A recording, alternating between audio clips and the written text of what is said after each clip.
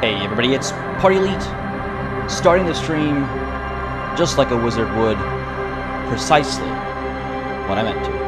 Not running late at all. I don't know what chat's hinting at. This beautiful Friday morning, almost at afternoon, clock's way off in my mind. Celebrating today, Canada Day, so I just want to say right off the bat, happy Canada Day to everybody who's watching, whether you're watching live or you're watching the VOD. Going to be an interesting rest of my day, as after the stream I gotta crunch out a couple scripts and then have some plans in the afternoon/evening.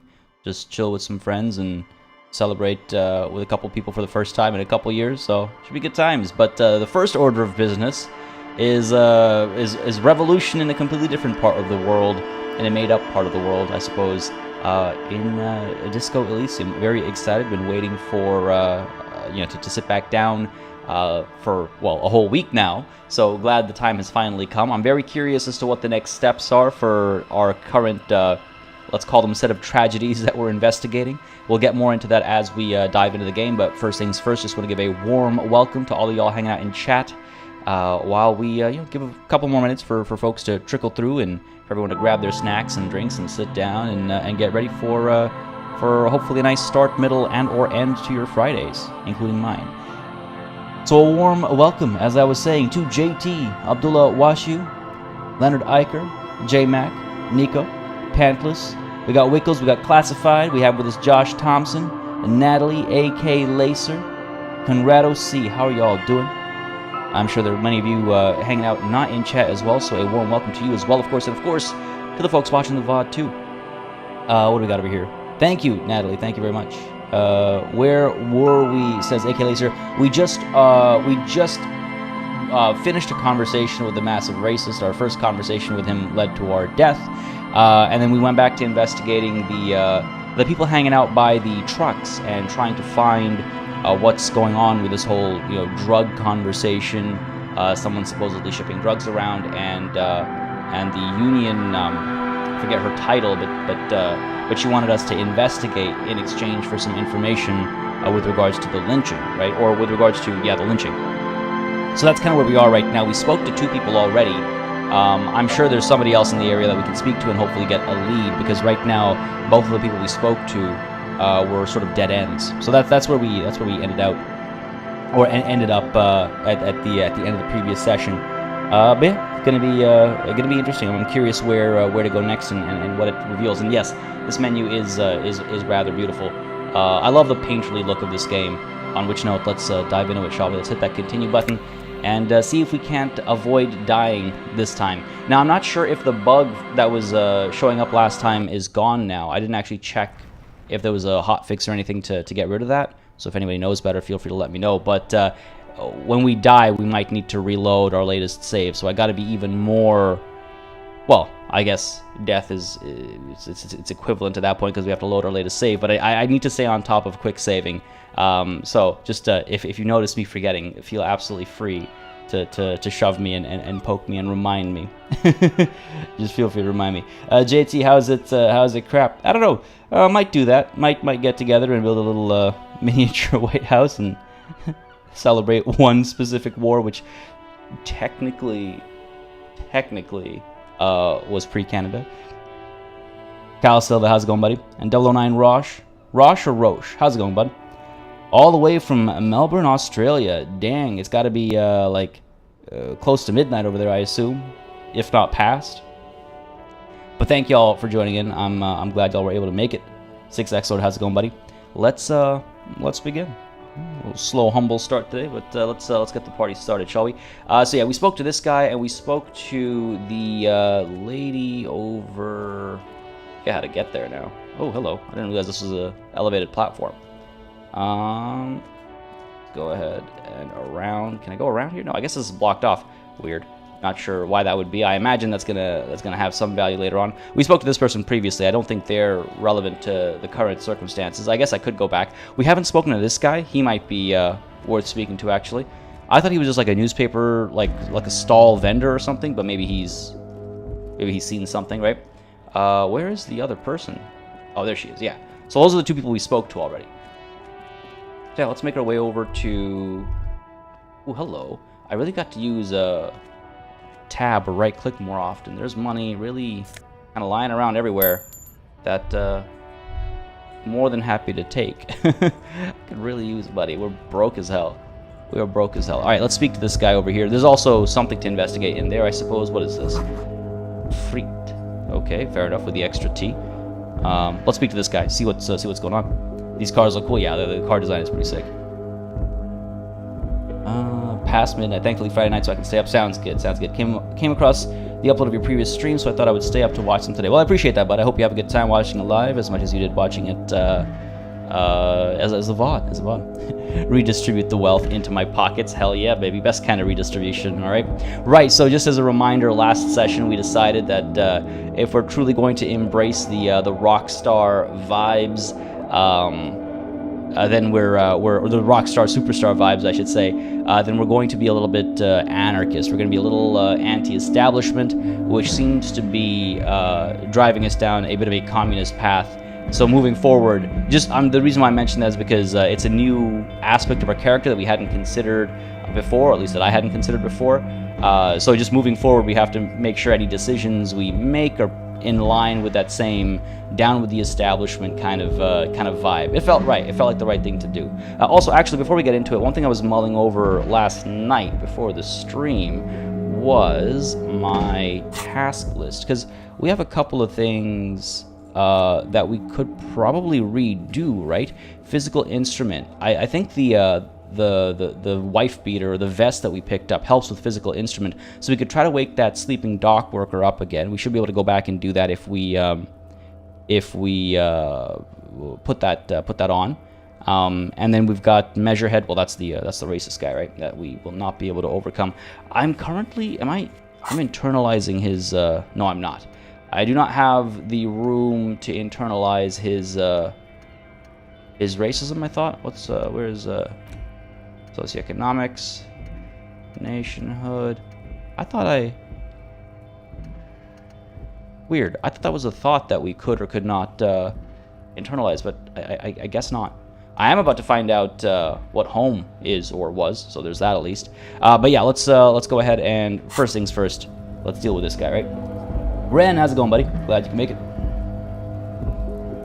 Let's have a chat. Welcome to Revachol, announces the rotund man. The remark isn't addressed to you.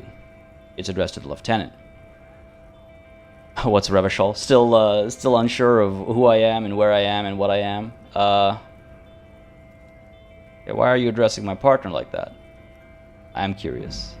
Don't you welcome to Revachol me. My grandfather came here from a 3,000-year-old racist isolationist culture, while your ancestors came to this island a mere 300 years ago.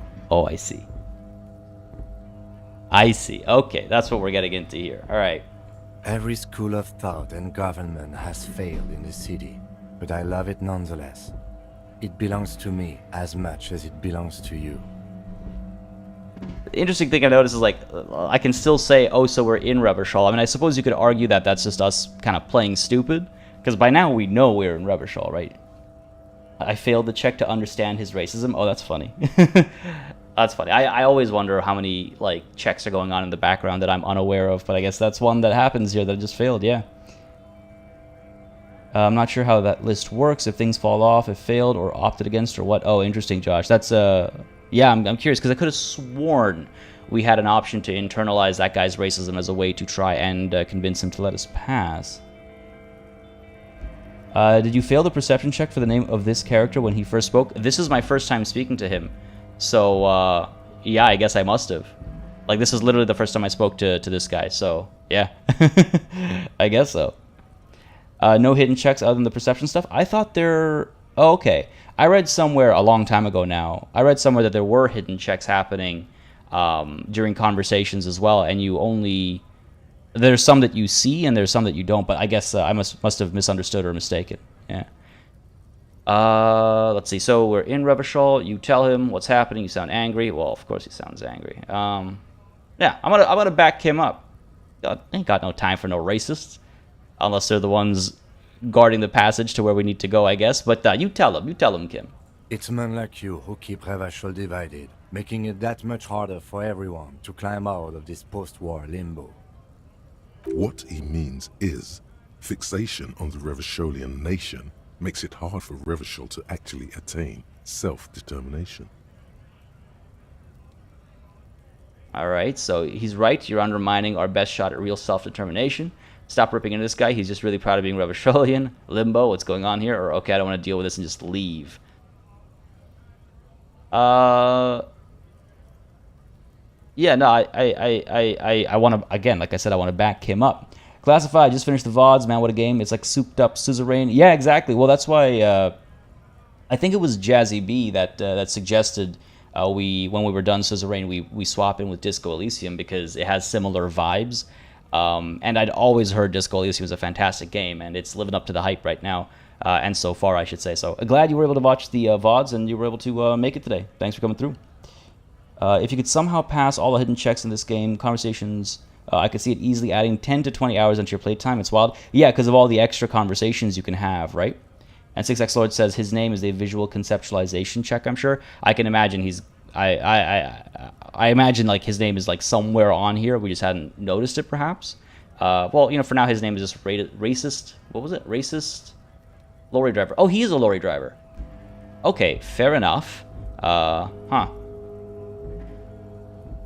Well, he's right. You're undermining our best shot at real self-determination. Oh, come on, man. I just said welcome to Revachol. It's a lorry driver thing. No, it's not. You didn't say it to me, buddy. Don't get smart with me, you piece of crap. I know exactly what you meant. You think my kind doesn't belong here, that I should watch myself and behave. But you see, I'm an officer of the RCN. It's actually my job to make sure you behave. I would advise you to remember that. Silence. The air between them becomes tense. Your partner needs backup. Now's your moment to shine. Either I could say, fucking hey, Kim, I've got your back, and give him a punch on the shoulder. Or, well, I think we all learned something here today, and smile at the lorryman. Or, now that's settled, we have a couple of questions. I am not sure which of the first two Kim would appreciate most. Huh. Oh, AK Laser. Oh, gotcha. Yes, okay, my PartyElite's perception check, because I didn't notice his name at first. Yeah, okay, very, yes, a good point. I didn't notice his name at first. My bad. But yeah, you're very right. You're very right. Seamus, you did not miss too much. We literally just did an overview of what we did last time and how that affects our circumstances, and we began this conversation with this racist lorry driver. That's all that's happened so far, so you haven't missed too much, and I'm glad you can make it, bud. And El Presidente. No, this game did not always have voice acting. It released with only some voice acting, if memory serves me correctly.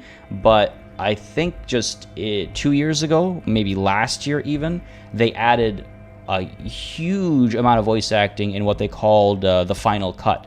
And if you own the game, then the update was automatic. Everyone got the Final Cut if they owned the game, and it includes a lot more voice acting, which I believe they were able to fund because the game did so well. I believe that's what the case was, which is great to see. It's like awesome to reinvest into something that's already been successful, so props to the devs for that. But I do think it makes the game that much more enticing to hear these voices and how just, oh, they're so beautiful and compelling. I think is the best word I've got for it. Compelling voice acting, really. Classified, meanwhile, remembering for 21 months. Folks, throw up those banners. Ren already on it. Throw up those banners. Throw up those E's. Give a massive thanks alongside myself to Classified for being a member for 21 months. That is wild, my man. Puts hands under his armpits. Superstar smells his hands. This is all I can think of every time you say I'm a superstar. Wait, is that a reference to something? Why? But dude, in all seriousness, thank you so much for so much ongoing support. It really means the world. It really helps support the channel and keep all this viable and possible through thick and thin. That's wild. Thank you so very much, Classified. Appreciate it greatly. Between that and the constant super chats as well, it's absolutely huge. But thank you so much. Oh, I love to see it. Love to see the E's and the banners. Thank you guys. Thank you so much. All right, I say we straight up say I got your back, Kim. We give him a punch on the shoulder. I feel like saying I think we all learned something here is like this patronizing, like it's like a diplomatic way to end the conversation. Whereas I want Kim to know that I'm not trying to. No, you know what? If he's got to let off some steam because he's stressed out, and this guy is the one that decided to pick a fight with the wrong cop on the wrong day, I've got his back. You know, got his back. SNL skit. I'll look it up after the stream classified. Fucking A, Kim. I've got your back. Give the lieutenant a punch on the shoulder. You two make a cute couple. You know that? Oh. Not just racist, it should probably be racist homophobic, lorry driver. The lieutenant exhales and resumes his regular calmness. Now that that's settled, we have a couple of questions. Whatever you say, officers. He waits impassively, cigarette smoldering between his fingers. God. What was that argument all about? Oh, this one? No, I know what this one's about. Don't really want his opinion. Again, remember, we prioritize roleplay over min-maxing and stuff like that, so there will be some questions at times that I will have to skip past to that effect. What are you hauling? You're a racist lorry driver? I love that I don't know his actual name. Oh, not much anymore. I'm here to pick up some cargo, but the dock workers are on strike, so it's a sit and wait on your ass situation. I just noticed Chad being like, I mean, would you expect him not to be homophobic? You know what? They're two separate categories of problems, and I have the grave misfortune of through my life having known people who fall into individual buckets as well as both buckets. So I let people reveal themselves. Let's put it that way. But it is par for the course. But the massive what's his name, Measurehead. Yeah, he didn't say anything like this. I think we didn't give him the opportunity to. But who knows what he's like. Don't judge a book by its cover, I guess. God. All right, wait. How long has this been going on then? Or what kind of cargo are you supposed to pick up? Trying to figure out what kind of pressure I should apply, right? Gotta be careful. Advanced racism versus classic racism. Dude spec'd all the way into a dirtbag build. Dude, pantless, that's goddamn hilarious.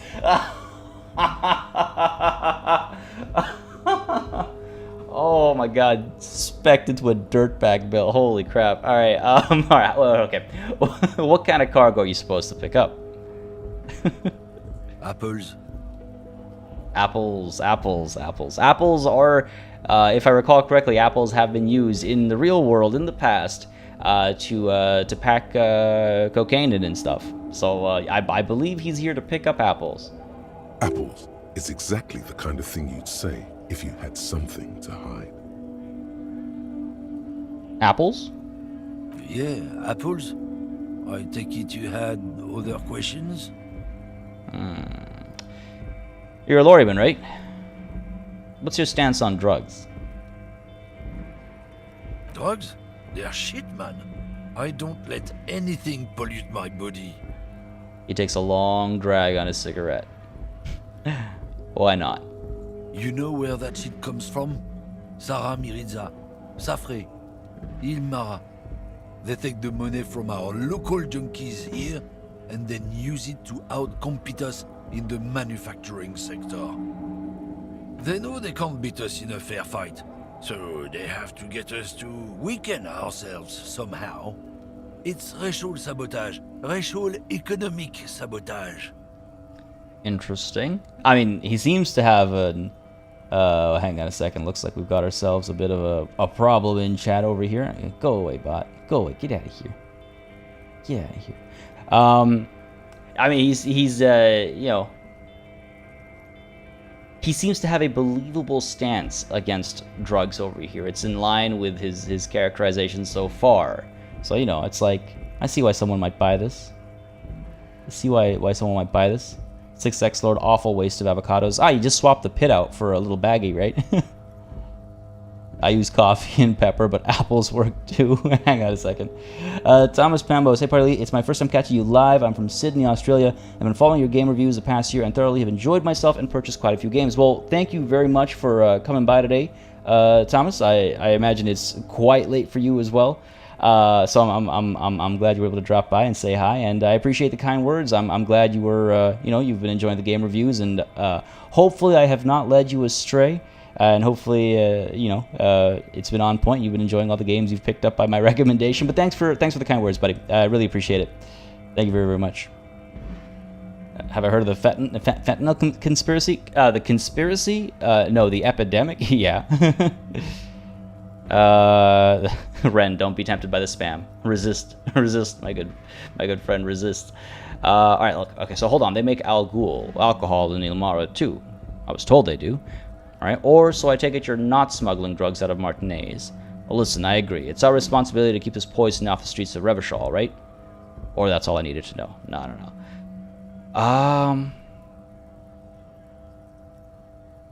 Alright, listen.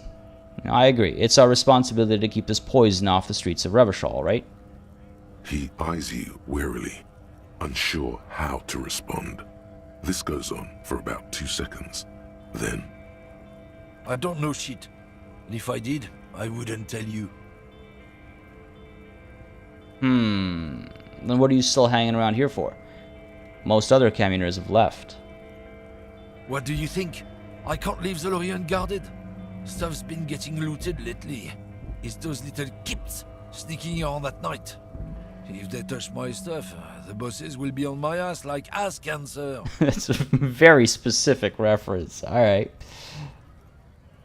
There was a bunch of spilled boxes in the back of a big lorry nearby. Okay, I did see one lorry with the trailer doors open on my way here. Do you know what happened? It's one of those times where I wonder if saying nothing is the right call, but I don't think my reaction speed would lead me astray. So yeah, sure. Yeah, I did see one lorry with the trailer doors open on my way here. You know what happened? Yeah, I knew that guy. He was an honest driver who loved his country. We were having a good debate about genetics at the Wheeling in Rags when some kip boys smashed his luck and took damn near everything. Lost his fucking job over it. Oh man. I don't know. This guy's judgment on people is something I will take with a grain of salt. I don't know what this term means though. I've never heard this term. I'm curious if that's a real-world term or if it's just an in-universe term that I'm unfamiliar with. Either way. But okay, fair enough. Lost his job over it. Since he left, I haven't had anyone to talk to. Bad for him, I guess, serves him right. I mean,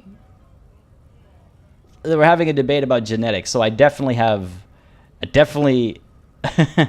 I can imagine what he means by that. So I definitely have an issue with not just this driver over here, but the guy he's talking about too. As much as I want to say serves him right, I need to try and understand what's going on a bit better, and I can't make enemies out of everybody, right? I gotta be good cop every once in a while. Bad for him, I guess. It's a fucking travesty, is what it is. I mean, I could straight up ask him, if it's not you, then who's running drugs through Terminal B? If he knows something, and if he truly despises the drug trade. Gotcha, 6X Lord. I was wondering, I was like, that's definitely a pejorative. Just didn't know if it was a real world one or an in-universe one. Yeah, we got a few. We got quite a few fans from Australia around these parts. Double 9 Rosh. Sorry, I didn't catch if you corrected me if it's Rosh or Roche. Feel free to let me know, because I've seen both in my life, so I want to make sure I get it right. Kuno would never. What, steal these apples? Oh, he's definitely keeping the doctor away. All right. If it's not you, then who's running drugs through Terminal B? Isn't it obvious? Fucking Sealang, that beady-eyed South Samaran. His little side business is a scam. I wouldn't be surprised if he was peddling drugs as well. I don't know, man. His judgment or his statement is coming with who's that? He's a Samaran guy who likes to pretend he's some kind of businessman. Really, he's just selling his employer stuff. Stuff he stole after he broke the seals on his Humanox lorry. Alright, where do I find him? Just follow the smell. It smells like apricot and oil when you're nearby. Interesting? Yes. Where is he? Looks like I offended your partner there. Too bad. Sealing's usually a little bit south of here, near the canal. You can't miss him. Just watch yourselves. Well, it's south of here near the canal, okay. His tribe are natural liars. Jesus. It's in their blood. He's your man, alright? 100%. Oh man, I don't know. Anything this guy says is very hard to believe. I wouldn't be so sure about it. Not Yeah. until we've heard what Sealing himself has to say. Absolutely. I guess we need to pay Sealing a visit then. Guess so. Alright. I think we're done for now. Literal tribalism, yeah, a little bit. Gives us a bit of a lead. So he's south, he said, by the canal. Let me just check what these are. Jump Jams, a populaire musique mag. Fair enough. What about this other one here? A glossy magazine, Most Able-Bodied Men. This issue hosts a top 10 list. Fair enough. Welcome to Revachol. Don't stay too long. Dude, scum. Alright, this canal. I'm assuming south is down, right? I'm assuming the game keeps it simple like that. So I'm assuming I just got to go straight down this way, and I will end up in the general right direction. Might even be this guy. Ooh, what was that thought? What is this? A sewer grate. A gateway to the river of filth. Oh, this thing over here. A couple things to pick up. Ooh, is that a shirt for me? Go and pick up this, what looks like a wheel of cheese over here. We've already been up over there. They're still playing their little game of Bool. Another door over here. A lot of uninvestigated doors. Is this no Safed? +1 health. Let's go ahead and pop that right now. No reason not to, right? We'll pop that and we'll quick save, I think. Just because I'd rather be at full health than not. Being at reduced health has a lot of negative impacts, and I don't want to mess around with that potential. What do we got here? Roy's Pawn Shop. Ooh, fast cash, faster times. Let's go to the pawn shop first. See if we can find our gun here. I don't think we can afford to buy it back. Maybe we can use our authority or something to get it back. If it's here. I'm assuming it's at the pawn shop, so let's check it out, right? Yeah, we're close to the water. Yeah. And yes, no spoilers. I didn't catch any in chat, but if anyone was thinking of sharing spoilers, please. This is my first time playing the game whatsoever, so I do not know what's what and what's going on. So I would appreciate no spoilers, yeah. Let's take a look around first. You know, we're perusing his wares, and then we'll speak to him about a gun that he may or may not have somewhere. I don't see one over here, but might be in a safer space. Who knows? What is this, an old typewriter? Some kind of machine. An antique cash register? Ah, that's close enough. Close enough. A bust of a woman. The plaque simply says DEI. Means nothing to me. Okay, Percy, how's it going? Be back after. Talk to her. Sounds good, buddy. Well, thanks for dropping by, saying hi. Good luck with whatever it is that's keeping you awake. Yeah, we are broke as hell, Raphael, for sure. Again, I'm hoping we can threaten this guy. If he's got our gun, I'm hoping we can threaten him. In the dark, a film projector is whirring away. Does it have a side business somewhere? No, I think it's projecting with just light over here. Mostly military wear with a few more eccentric fashions thrown in. Fair enough. Don't mind me, buddy. Just looking around. Welcome to the pawn shop, he says. You see rows of toy soldiers guarding the rest of the trinkets displayed on the table.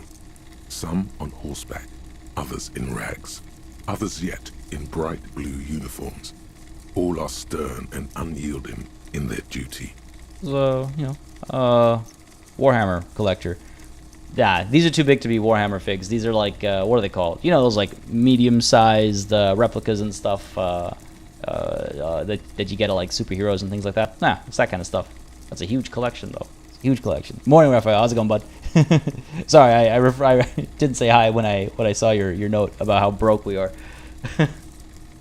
Try to find something pretty and cool here. then use it to win her back. Yeah, I'm sorry. Win her back? Yes. Buy something nice.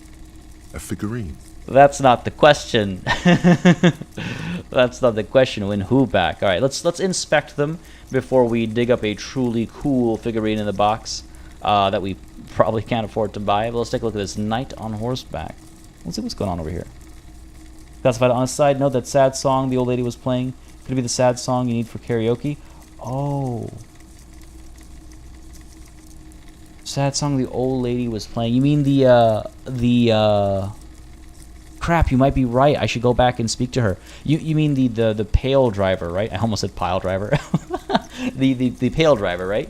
Yeah, that's a good point. All right, let's take a look at this knight. Big men on big horses, clad in lamella armor and carrying flintlocks, the kind that would mow down a line of enemy soldiers in the blink of an eye. All right, time for some lore. Who are they? Franco-Nigerian knight. I used to be very serious about these guys. Huh. Maybe this is kind of like Warhammer, well, like a war game collection. A long, long time ago. Huh. All right, inspect the blue uniforms. They're not all blue. These figurines also wear gold coats and caps, complemented by orange trousers. They are variously posed, wielding swords and rifles with bayonets. These look like Rene, the old guy who was playing pétanque. Or are these royalist soldiers? Now, let's look at least somewhat informed, right? And sorry, Classified says, the first lady you asked, yeah, the one who I displayed my my game with. Who is he talking about? Are you saying that we should go back and speak to her? She didn't have a song, or am I missing something? I feel like I'm missing something. The film reel spinning is so nice with headphones on. Yeah, it's got a nice rattle to it. I quite like it. Don't forget to go wild with your thought cabinet. For sure, yeah. I've got a couple things going right now. I think one thing's about to finish. I got to unlock a few more as well. And James Porteous just got off a scooter riding through the cold, cold Brisbane rain, and I'm absolutely 100% blessed with my first PartyElite stream. Love it. Keep up the good stuff. Well, thank you very much, James. Appreciate it greatly, and glad you can make it. Sounds like a fun ride. But thanks, bud. Thanks for coming through and for the kind words. Glad you come through. And Jazzy B, hey, hi and bye. Still working. We'll join chat later if it's still going. Still an amazing game. It is indeed, Jazzy B. And good luck with work. Thanks for coming through and saying hi. And enjoy. If I don't see you, if you don't come back, then enjoy the rest of your Friday and weekend, bud. But thanks for coming through. All right, wait. This looks like Rene, the old guy who was playing pétanque. This is what the loyalists looked like, yes, at first. Then they wised up and got camouflage. Oh, this is totally isn't this a reference to the French as well? So first of all, yeah, I guess Franco-Nigerian, I guess they in this hypothetical world, either that's just a made-up nation, or if it has real-world references, then I guess yeah, they're a blend of either it's a colony that never got its independence, or it's could some form of union or the other. Could be a number of things, I suppose. But this is this is a reference, I believe, to the French soldiers who retained rather colorful uniforms until they adopted camouflage relatively late in the game, if I'm not mistaken. Correct me if I'm wrong. I think it was the French soldiers, but I might be mistaken. It's like 10:30 in the morning. My brain is still fuzzy, and I'm like sugar deprived and exhausted from all the workouts. So I'm a little rough right now, I'll be honest. James Porteous becoming our channel's latest member as a warden. Folks, throw up those flags, throw up those E's, and give a warm welcome to our latest warden. James, thank you so very much. I say it all the time. That really helps support the channel and keep it alive and running and sustainable. So thank you so very much, buddy. Appreciate it greatly. Yeah, it was the Grenadiers, I think. Was it? I can't remember the details now. Ted Knight, how's it going, bud? Been a minute. France was still using Napoleonic uniforms at the beginning of the Great War. Yes, that is exactly what I was thinking of. All right, cool. Thank you. Yes. All right. Glad even with the fuzzy brain, I got some things right in my head. All right. Are these royalist soldiers? Which ones? Ah, those. Yes, they are.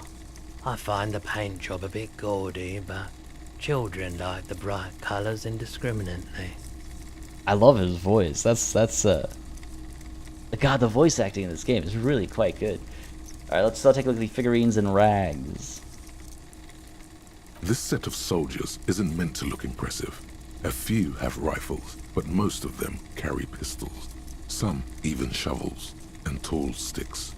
Are these even soldiers? You're probably talking about the revolutionaries, yes? Of course. Yes, they are soldiers, revolutionary soldiers.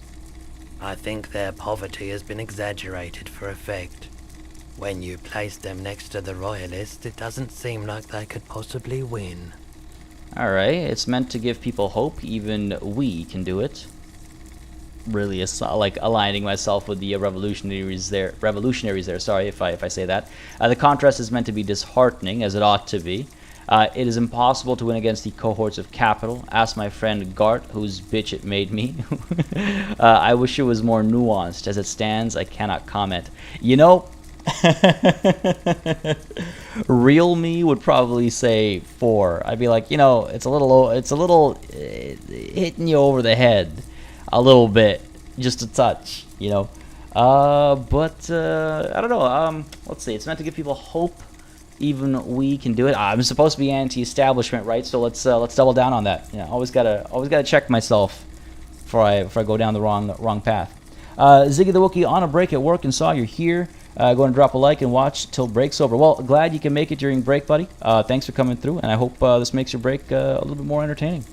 Appreciate it, though. But thanks for the reminder as well, folks. If you're enjoying the show, if you would like to see more Disco Elysium on the channel, please don't hesitate to hit that like button down below, whether you're watching live or you're watching the VOD. It really does help me just make calls and decisions with regards to what to do on the channel. Obviously, Disco Elysium being a slightly older game, it's not, like, how do I phrase this? It's not, quote-unquote, doing as well, so to speak, from a pure numbers perspective, but I enjoy coming through, hanging out, playing a, you know, iconic game, a very popular game, seeing what the fuss is about so that I can also, you know, recommend it to people when Steam sales and stuff like that happen, and I enjoy hanging out with folks as well. So a lot of that stuff is you know, more important to me than just the cold, hard, you know, view counts and stuff like that, but things like likes and comments really translate engagement, not in like that weird you know, numbers or analytics sense, but I mean like how interested people are in a human way, you know, not in a numbers back end kind of conversation.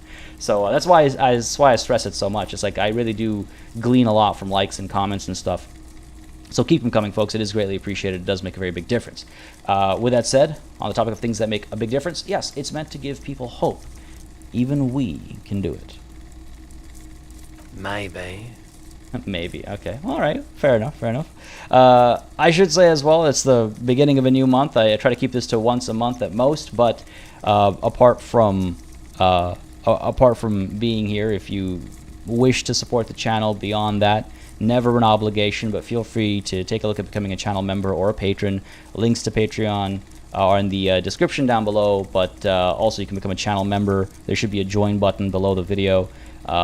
Again, I try not to mention it too often. No obligation, no pressure, but it's something that I've been told I should mention more often, and so here we are. There we go. Due diligence, duty done. Moving on. Let's go ahead and see if we can't dig up a truly cool figurine in the box under the table. I was hoping investigating or inspecting would give us a bit of a boost because we have a better idea of what's maybe cooler than not. But I guess we're just going in with blind luck. Let's go for it. Why? What's this? A headless man riding a horse? A headless man wearing futuristic tracksuit trousers that say found? What is this? Oh, that's the Headless Phone Rider. Who? The Headless Phone Rider. It's an urban legend about a man who rides the streets of Revachol sporting a fawn tracksuit. As you see, he's missing his head. He points at the decapitated figurine. Okay, but can he pull off a good squat, though? That's the next question. 50 cents. Bargain price. I'll throw in the tiny cap, too. I think he's looking for it, or something. That part of the story has many interpretations. Oh, it is so goddamn tempting. Look at that. It looks so cool. I think I might actually buy this. It's only 50 cents. That's not too expensive. Chat, what do you guys think? What do you guys think? Should I get it? This is why I can't go to like a Games Workshop or anything. It's this is me. This is just real me coming through. I feel like I should buy this. I don't know if it'll be useful later. Probably just bait, you know, but I think I'm going to buy this. So worth it. Do it. Buy it. I'm seeing a lot of calls for buy it. All right. Leonard Eicher, I don't think I caught you earlier, but hey, buddy. Glad you can make it. Just wanted to say hi as I try to catch it. There we go. Chat was moving faster than I could move to stay up with the these bots. Lots of bots today. Be gone. There we go. JLZP, how's it going, buddy? Glad you can make it. And James says, usually miss these due to the time difference, but the pubs are still open at 1 a.m., so I'm finally catching one. Love the work, PE. But back to the start for me, so I don't miss anything. Sounds good. Well, thanks for dropping by again. I appreciate it greatly. And yeah, it's always hard to pick a good time for streams, but these seem to work best for you know, for across the board, because I'm all the way in Toronto, so it's like I start at 10 a.m. Hopefully catching some of the tail enders over, you know, over on the other end of the world. So I'm glad you can make it, bud. Enjoy the VODs when you watch them. And yeah, again, thanks for coming through. I'm seeing lots of buy it's. Bro doesn't even have a health pill and is buying toys. Hey man, that just sounds like real life to me. Buy what sparks joy, right? Yeah, let's go for it. Seems like something a poor drunk would spend money on. Let's go for it. Purchase the headless Fallen Rider and his cap. Yeah. Did I mention that this figurine is supposed to be lucky? Always carry it with you. Hey, you know what? Maybe it's worth something. Exactly. We're a superstar. Superstars do what they want.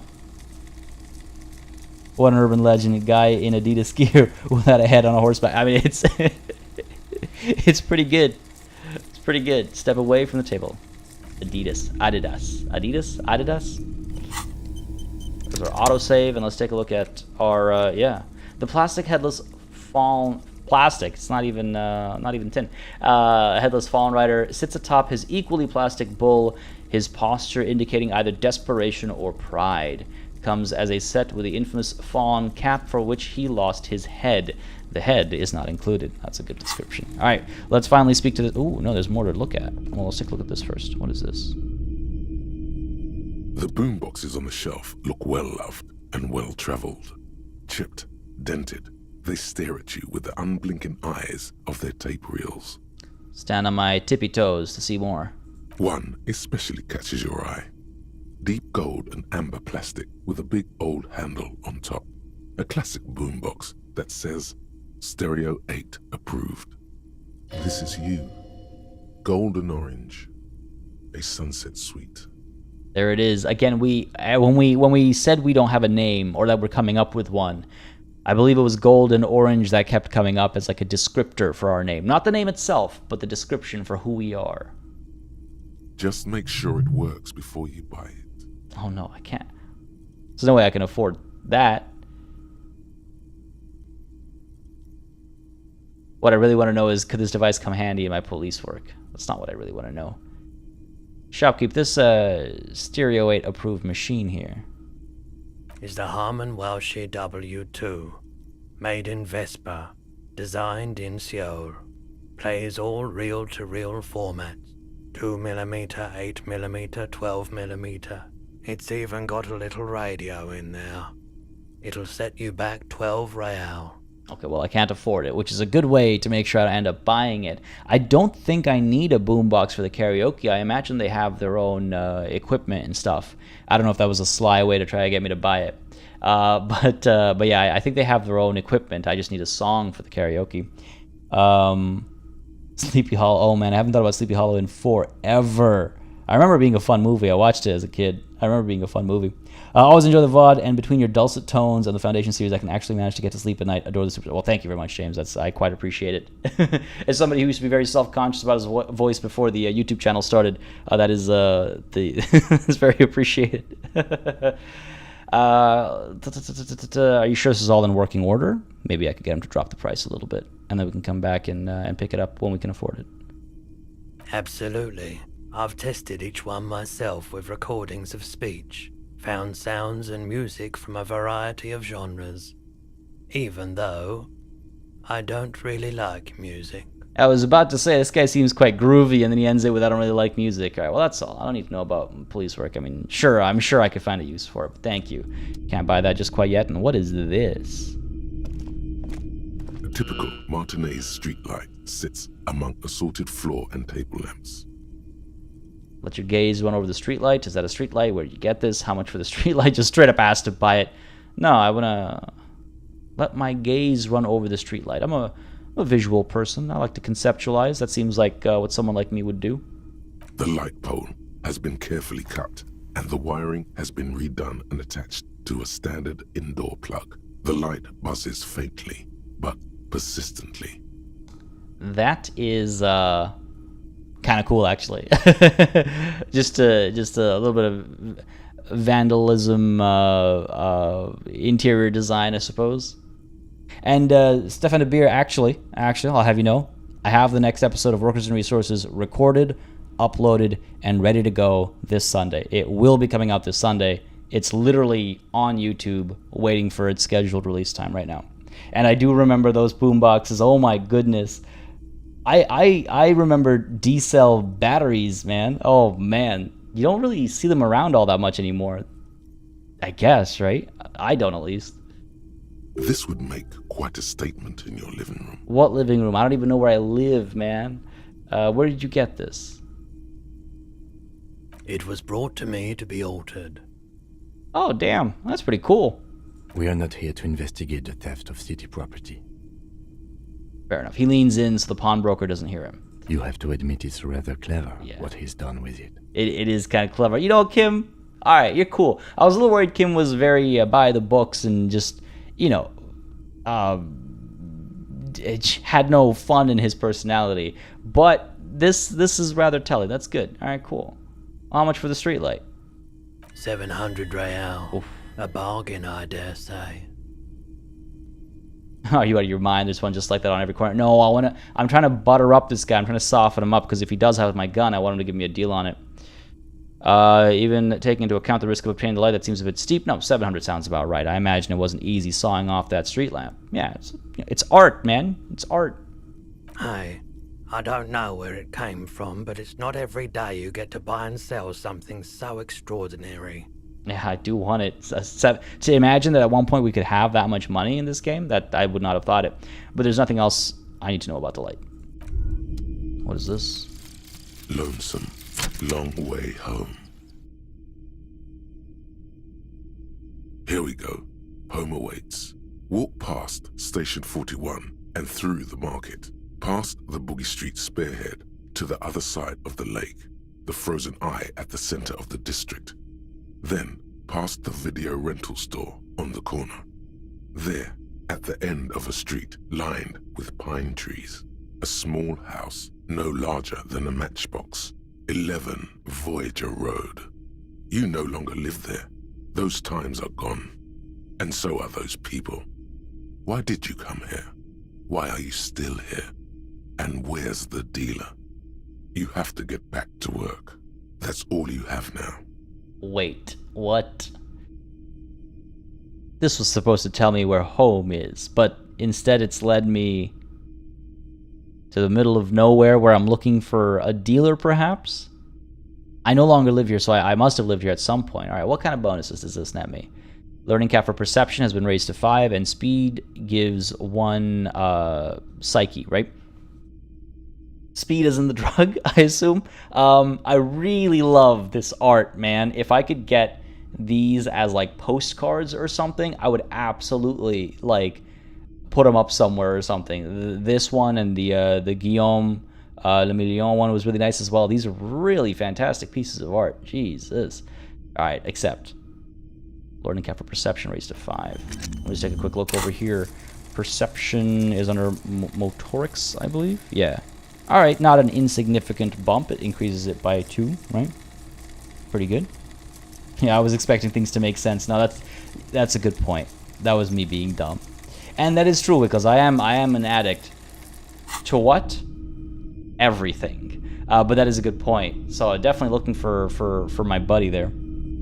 Apparently home is where the drug dealer is. Yeah, it increased my learning cap. I didn't increase my actual stat, but it increased my ability to up it. I don't know if I will, but still a nice enough boost. I just wonder, because again, we can forget stuff, right, to make room for other things. There's some kind of superstars, and there's Mazovian socioeconomics. But to forget, we need to use a skill point, which is crazy. It's like, yeah, you don't want to think about everything, because unlocking these cost skill points, forgetting old ones cost skill points. And I can't remember now, but I think you get like 30 to 50, someone had said during the previous stream. Now, we're close to getting our next skill point, so it's all going to be time to consider as well what we want to invest in, right? Do I want to pump more into endurance so I can finally bring that body down? That feels like the right call. And everything else seems to be at a decent level. I don't know. It's hard to pick and choose. That body has still been hanging out there, though, you know? Perception is one of the best overall skills in game. Makes sense, because then you can spot, you know, hidden doors and things like that, right? There's an art book you can buy. Ooh, thanks for the hot tip, Nico. A physical one, I hope, or is it a digital one? Because physical art books are just so much, in my opinion at least, so much better. Especially when they take into consideration like the paper and the binding and stuff. I miss when collector's editions came with good art books and physical collectibles. I miss those days. Let's speak to this guy. It's not often that I see officers from the RCM in my pawn shop. The man at the counter turns to you slowly. What can I do for you? Have you seen a gun? His courtesy is not insincere, but he prefers being alone with his projector, just watching the movement of light across the walls of the shop. Can I have some of what you're smoking? All right, sorry, I feel like I'm interrupting you. It's shameful how insufficient the police presence is in these parts. Now that the RCM is here, tell me, have you had any trouble lately? No, sorry, I feel like I'm interrupting you. Oh no, not at all. I guess I haven't had many customers lately. RCM or otherwise. Who are your customers usually? All kinds of people come through here. Locals, travelers, people looking for a deal, people looking for a keepsake. People who are terminally bored. As you can see, I have a wide selection of goods for everyone to choose from. Alright, quite the collection indeed. Typical vacuous consumerist objects, or honestly, I think some of your selection are more tasteful than others, or this business plan is all over the place. You should specialize, zoom in, recapitalize. I mean, it's quite an eclectic collection, and I did find it to match my my own vibes, I think. You know, a little bit of this, a little bit of that, a little bit of whatever this is, a touch of vandalism, a touch of music, a touch of war, I guess, and revolution. So yeah, you know, quite the collection indeed. It keeps me entertained. His attention is drawn once more to the play of light and shadow on the walls behind you. I can check to see if he's high, and if yes, then what is he on? I will definitely be checking to see what he's on, but let's see. Oh, you know what? I guess everything else is kind of irrelevant to that. We should still be able to come back to it because it's a white check anyway, so we'd always be able to come back to it. You might be able to aid our investigation. Oh no, here we go. By the way, do you happen to have any guns like the ones carried by cops? Someone else came here earlier today asking the same question. I promptly sold her the gun you pawned a couple days back. God damn it. So we were on the right path. We were on the right path, at least. That's promising, right? This second half, less promising. Oh man, EverQuest cloth map, frame map of Wardenfell, Wickles. Yeah, same. I got a bunch of art books from collector's editions. Waiting in line at midnight on release day. Yeah, good times, good times. Nowadays, you know, the old man in me talking. All right, let's see what the deal is here. God damn it. I wonder if this is that first woman we spoke to, if she bought a gun for protection or something from the pawn shop. I might want to go back and speak to her, actually. This is a pawn shop, and it did feel as if you've met before. Oh God. The lieutenant shifts from one foot to another, a alert. Was the buyer a policeman too? No, it wasn't. Yeah, Kim's not happy about that. She didn't seem like a policeman, although she kept referring to herself as a pig, which was odd. I found her interest in the gun a bit obsessive, but I was just happy to get rid of it, and of her. Truth be told, she was terrifying. Terrifying, okay. Called herself a pig. I don't know if that refers to like a self-loathing situation or if she's pretending to be someone she's not, you know? Right, so let me get this right. You sold your sidearm, issued by the citizens' militia, and now a civilian is running around the streets of Martinez with it? Listen, Kim. Listen. I'm not happy about it either. I'm sorry I sold my gun. Okay, I don't like it either. Literally what I said, what if she intends to commit a crime and blame it on the citizens' militia? Maybe she's a vigilante, wants to prove she can do our jobs better than we can. Oh god. There's only one explanation. She must be one of my rabid fans. Oh god damn it, that's the in-character answer, isn't it? That's the in-character answer. Classified says, if you get shot with your own gun and die, I'll give you $100. I mean, the way this is going, I wouldn't be surprised if that happens. Oh man. Oh, Nico, that's good to know. I will look it up afterwards. And JLZP, I don't know if we're too late. I imagine it's already happened. I imagine the sale happened while we were passed out, drunk, and dying. I imagine it already happened. I don't think we could make it here before the sale happened. But hey, there's only one explanation. She must be one of my rabid fans.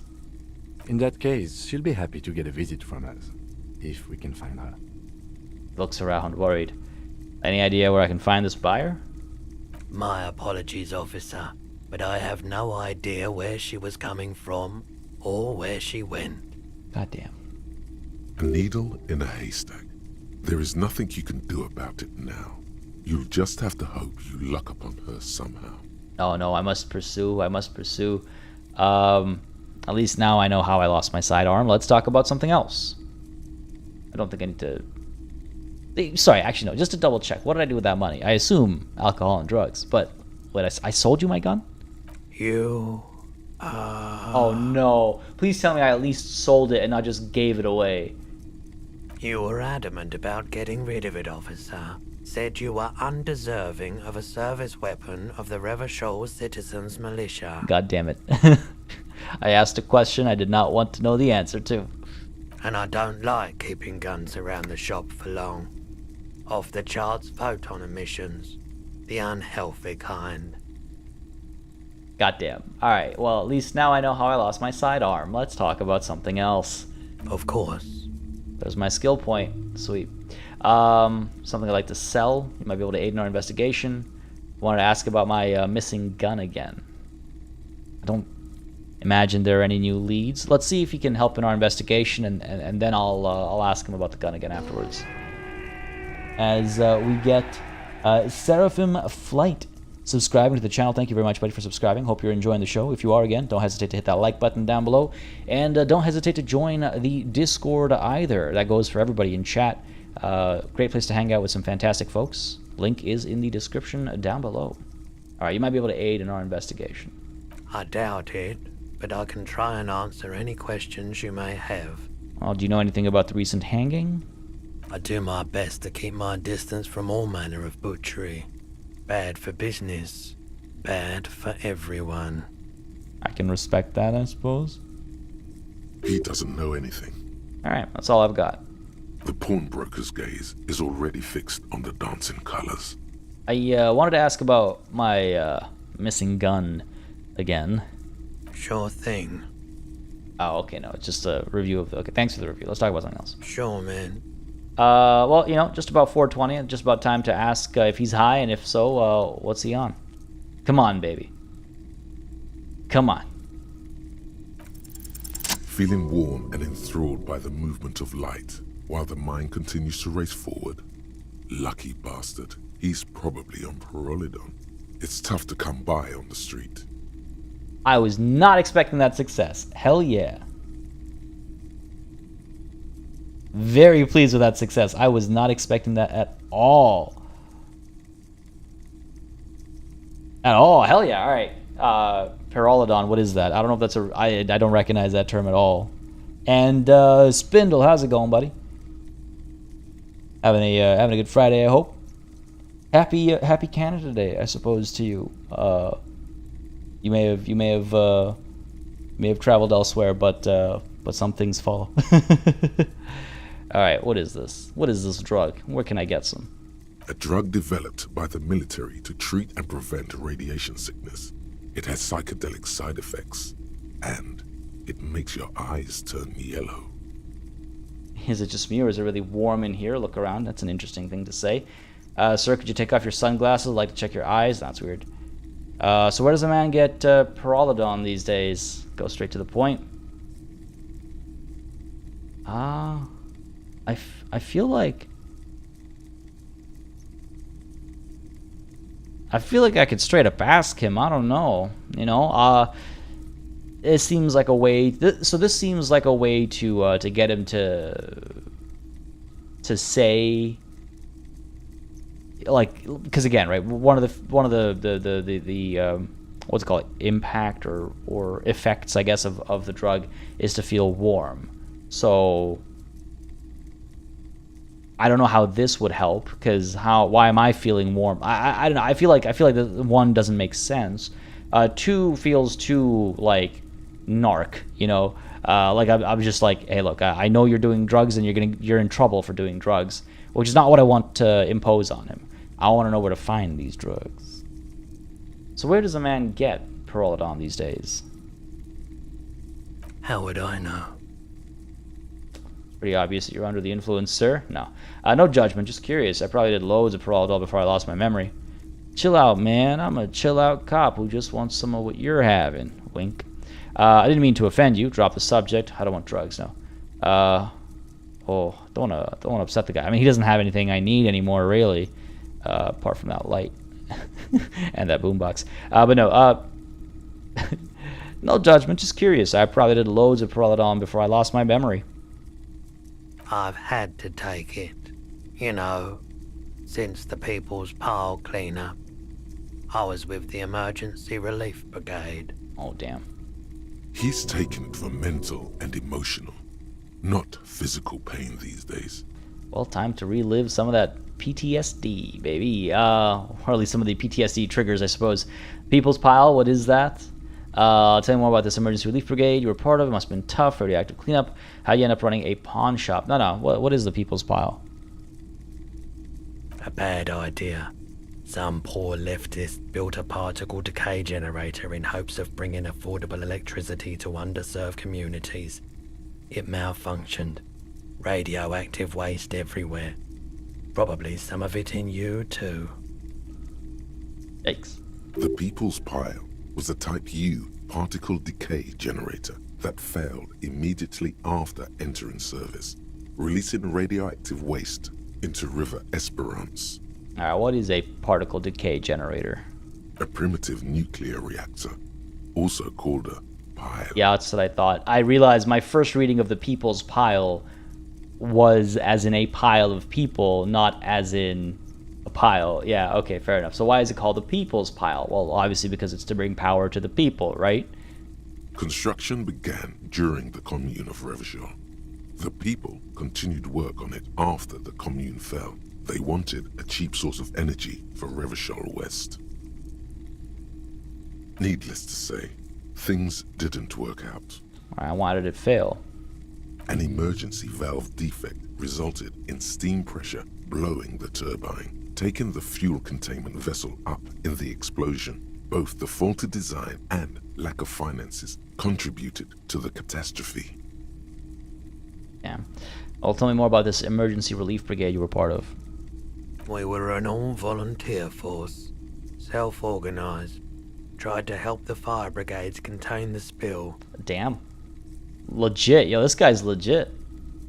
I lived by the river since I was a small boy. The Esperance.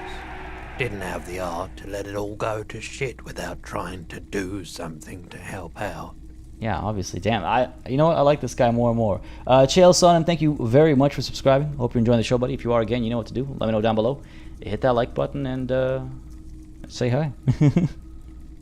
Checking out the series for the first time, says Patrick. Well, I hope you're liking it. Have you ever played Disco Elysium yourself, or is this your first time seeing the game even? All right. There wasn't much the volunteer force could do, however. We wasted years in the river mud. Years getting sick. He looks at the spiraling light and stops. Well, it must have been tough, radioactive cleanup. There's a reason why everyone's tried to forget any of it ever happened, and why no one has tried to repair or replace the pile. So much disappointment, and early deaths. Cancer mostly. And we knew all that was coming even as we were cleaning up as best we could. Well, whose fault was it that the generator failed? No one's. Everyone's. Sighs and shakes his head. So much bitterness. A bunch of poor people built themselves a primitive nuclear reactor, hoping for the best. What do you think is going to happen? Ain't that the truth? Well, how did you end up running a pawn shop? The cleanup happened 15 years ago. I was young then. Later, my second aunt died. Left me this shack and all the assorted junk in it. Damn. So I came to Martinez. People told me don't go there. It's a shithole. I said, people, we just had a nuclear pile meltdown. I'm gonna get as far away from Forburg as I can. Still in the same city, but... Yeah, it puts things into perspective, doesn't it? People are calling this place a shithole, but this guy's coming from what he considers to be an even bigger shithole. Well, thank you for telling me. I do appreciate the candid conversation. I like the theory more than the story. Outward movement, not vortices. I like theory more than story. Not sure exactly what he means by that, I'll be honest. Yeah, you gotta get in on those vortices, my man. Sure. Ask him to share. Oh man, it feels bad asking. He takes the drug for like medical purposes. I can't imagine he makes a fair bit of money. And this is clearly a capitalist society, and if we take that to its extremes, I assume... Well, hold on, hang on a second. Yeah, Pyrrolidon clearly has medical purposes, so he probably gets it from like medical practices and stuff. But given what we know about the society so far, he probably has to pay an arm and a leg every time he needs to get his like prescription and stuff. So do I really want to even ask him to share? Do I even want to ask him to share? It feels kind of bad. And Patrick, is your first time even seeing the game? Oh man, all right, well, you're in for a ride, buddy. This game has been a fantastic experience. It's an RPG. The storytelling, the voice acting, the breadth of choices I've seen so far already, absolutely wild. This is my first time playing it as well, so kind of sharing an experience together here. It's been a joy so far. Would an addict care? Yeah, you know what, 6XO? That is a poignant question. Care to share your Pyrrolidon with me? God, that's a hard word to say. You said you done it before, yeah? Yeah, pretty sure. The lieutenant steps away, pretending to admire some of the knickknacks on display. Looks like he doesn't want to get involved. Kim's a bro, man. Go ahead then, he thinks. As long as you can walk straight, I don't care. Yeah, no guarantees. He won't be your nog, but he won't be thrilled about this either. I ride the pyro every day. Yeah, that's totally. Every day. You look the part. Damn, man. Didn't have to hurt me that bad, Jesus. Here you go, man. He presents a large cap-shaped object on the palm of his hand. Very odd looking.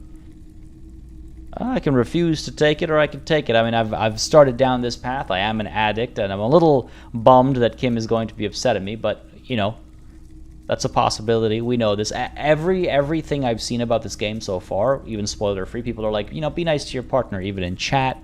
in like reviews and stuff I'd seen a while ago. Everyone's like, be nice to your partner. So I feel bad about my relationship, my strained relationship with Kim. But again, you know, character comes first, right? So thanks, man. I'll be having that. At least he's not a narc. Yeah, true. Of course. Bit of experience. Something I like to sell. I just want to see what options I have. Let me have a look. Clothes, pockets. I want to check my pockets. Anything else you're thinking of selling? Oh, hello. The empty cassette tape for what, 50 cents? This pen, the green ape pen. I've got this lieutenant's handkerchief. I should probably keep that. It'd be rude to sell that. Just sell him back his own thing for, what is it, 8 cents less? I don't have to sell anything now, but it's good to know that if I ever desperately need money, I can come to the pawn shop and sell some of the stuff that I might have collected at the time. This is all marginal amounts of cash, so we'll leave it be for now. I don't have anything to sell at this moment. Another time, perhaps. Yeah, I have other business to take care of now. All right, what do you guys think? I feel like my gun is a bit of a priority. I feel like my gun and badge are a bit of a priority. I'm gonna go back to the whirling rags or whatever it's called. Sell the drugs back, yeah. Go back to the whirling rags and see if I can speak to that lady again. She seemed like the type to get a gun, so I just want to see if it's her. She doesn't seem like the type to call herself a pig, though. She also, I wouldn't consider her to be terrifying. Oh, right. I was going to check. Sorry, first of all, I've got a skill point. I mean, what do you guys think? Should I dump it into endurance? Well, I shouldn't say dump. That has a very specific meaning. But should I put it into endurance or something else? I mean, everything else has been working out well enough for me so far. The numbers are decent, savoir-faire aside. And endurance, we need it for the body back there, but I wonder if there are other ways in which we can improve it down the line. And I should spend it on something else right now.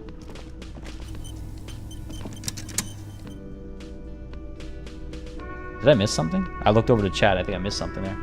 Either way, I should quick save. And I do want to check as well. Karaoke. I do need the boombox. You're absolutely right.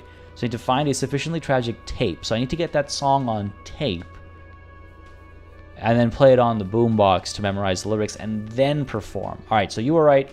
I do need a boombox, not to perform it, but to learn it. Very well. Up the stairs we go. Glad I checked. All right, I keep forgetting. I want to check this. All right, so -1 health. Yikes. +1 psyche. And 3 uses. Fair enough. A pretty little puck-shaped cap of purple liquid that can bring on anything from hot flashes to military-grade psychosis. With sufficient tolerance, however, it can make any weather feel balmy, if only for a while. All right, good to know. I will keep this on hand. +1 to my psyche. And my psyche's all right. It's a 3. So it up everything by 1. Inland Empire, Empathy, Authority, Esprit de Corps, Suggestion, and Volition. But it drops my health by 1, so definitely not something I'll be using willy-nilly, you know? Endurance or Volition. Try the check again first. It's open again. True, I could try. That's a good point, 6XO. I should probably try the check again first. And then we'll, if we succeed, we'll put it into Volition. If we fail, we'll put it into Endurance. All right, let's try knocking here again. The door is closed. Knock again. Still no answer. Knock again, much harder. Still nothing. The lieutenant gives you a quick glance. Let's try the handle.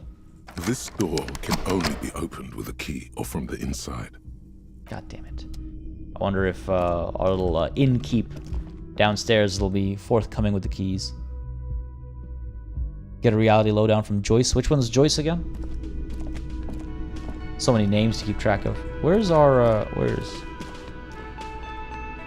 Is she terrifying? Would she call herself a pig, do you think? I don't know. Oh, hey, this door's open. It was closed previously, I'm pretty sure. Can I help you? I've seen something here at the Whirling Guard, a thing I need to talk about. I can talk to him about singing karaoke. But no, what is this? What is this that I've seen? What thing? Saw a sign that said the mess hall is reserved for the Union.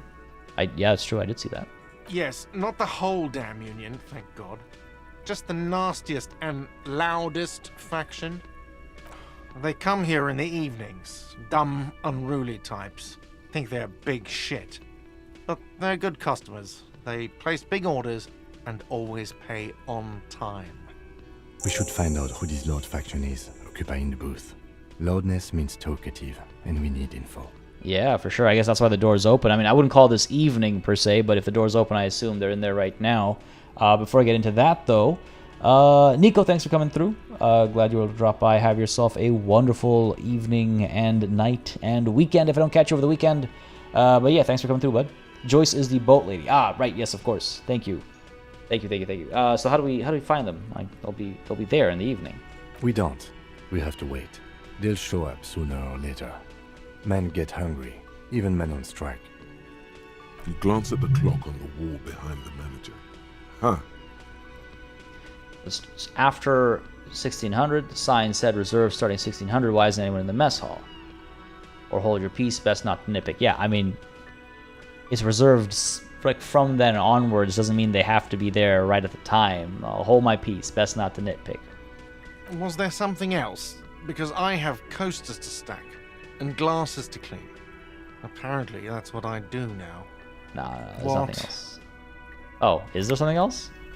By the way, you should come back to this thing-based questionnaire if you see anything interesting in the whirling later. No, okay, cool.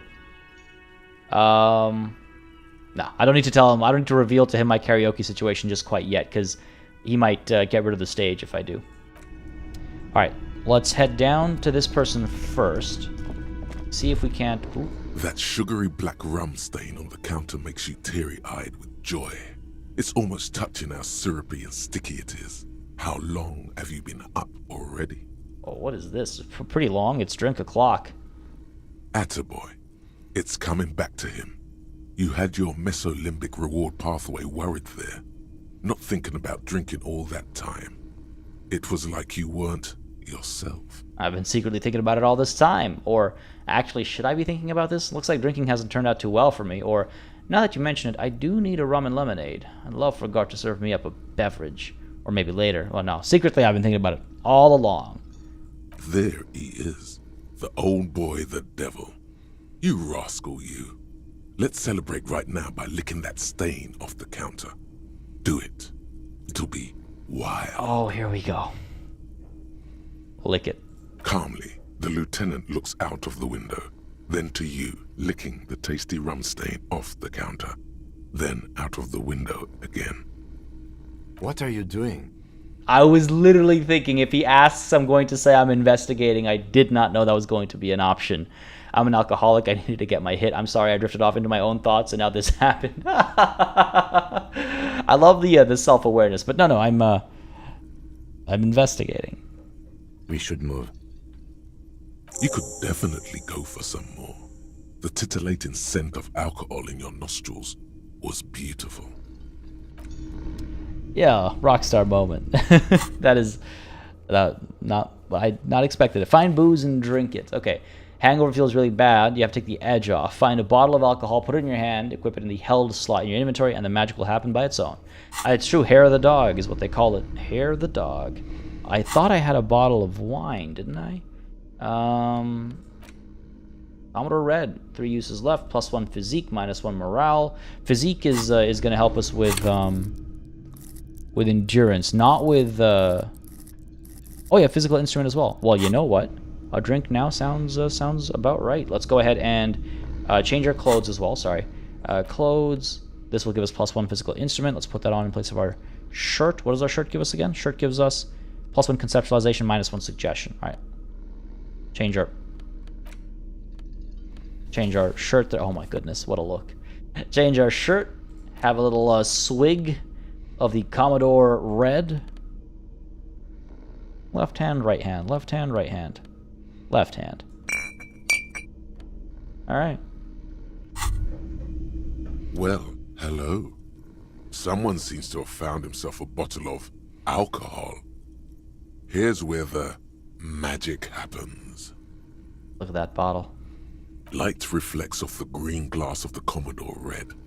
The gods have been generous. Better pop it open before they change their minds. Wow, the gods of mass production have made this alcohol container laughably easy to open. A child could have done it. Yeah, let's do it, baby. Open the bottle. There's a satisfying pop as the cork jumps out, and the hair on your back rises like an army at attention. You've been here before. Welcome back, detective. You're home now. Let's take a sip.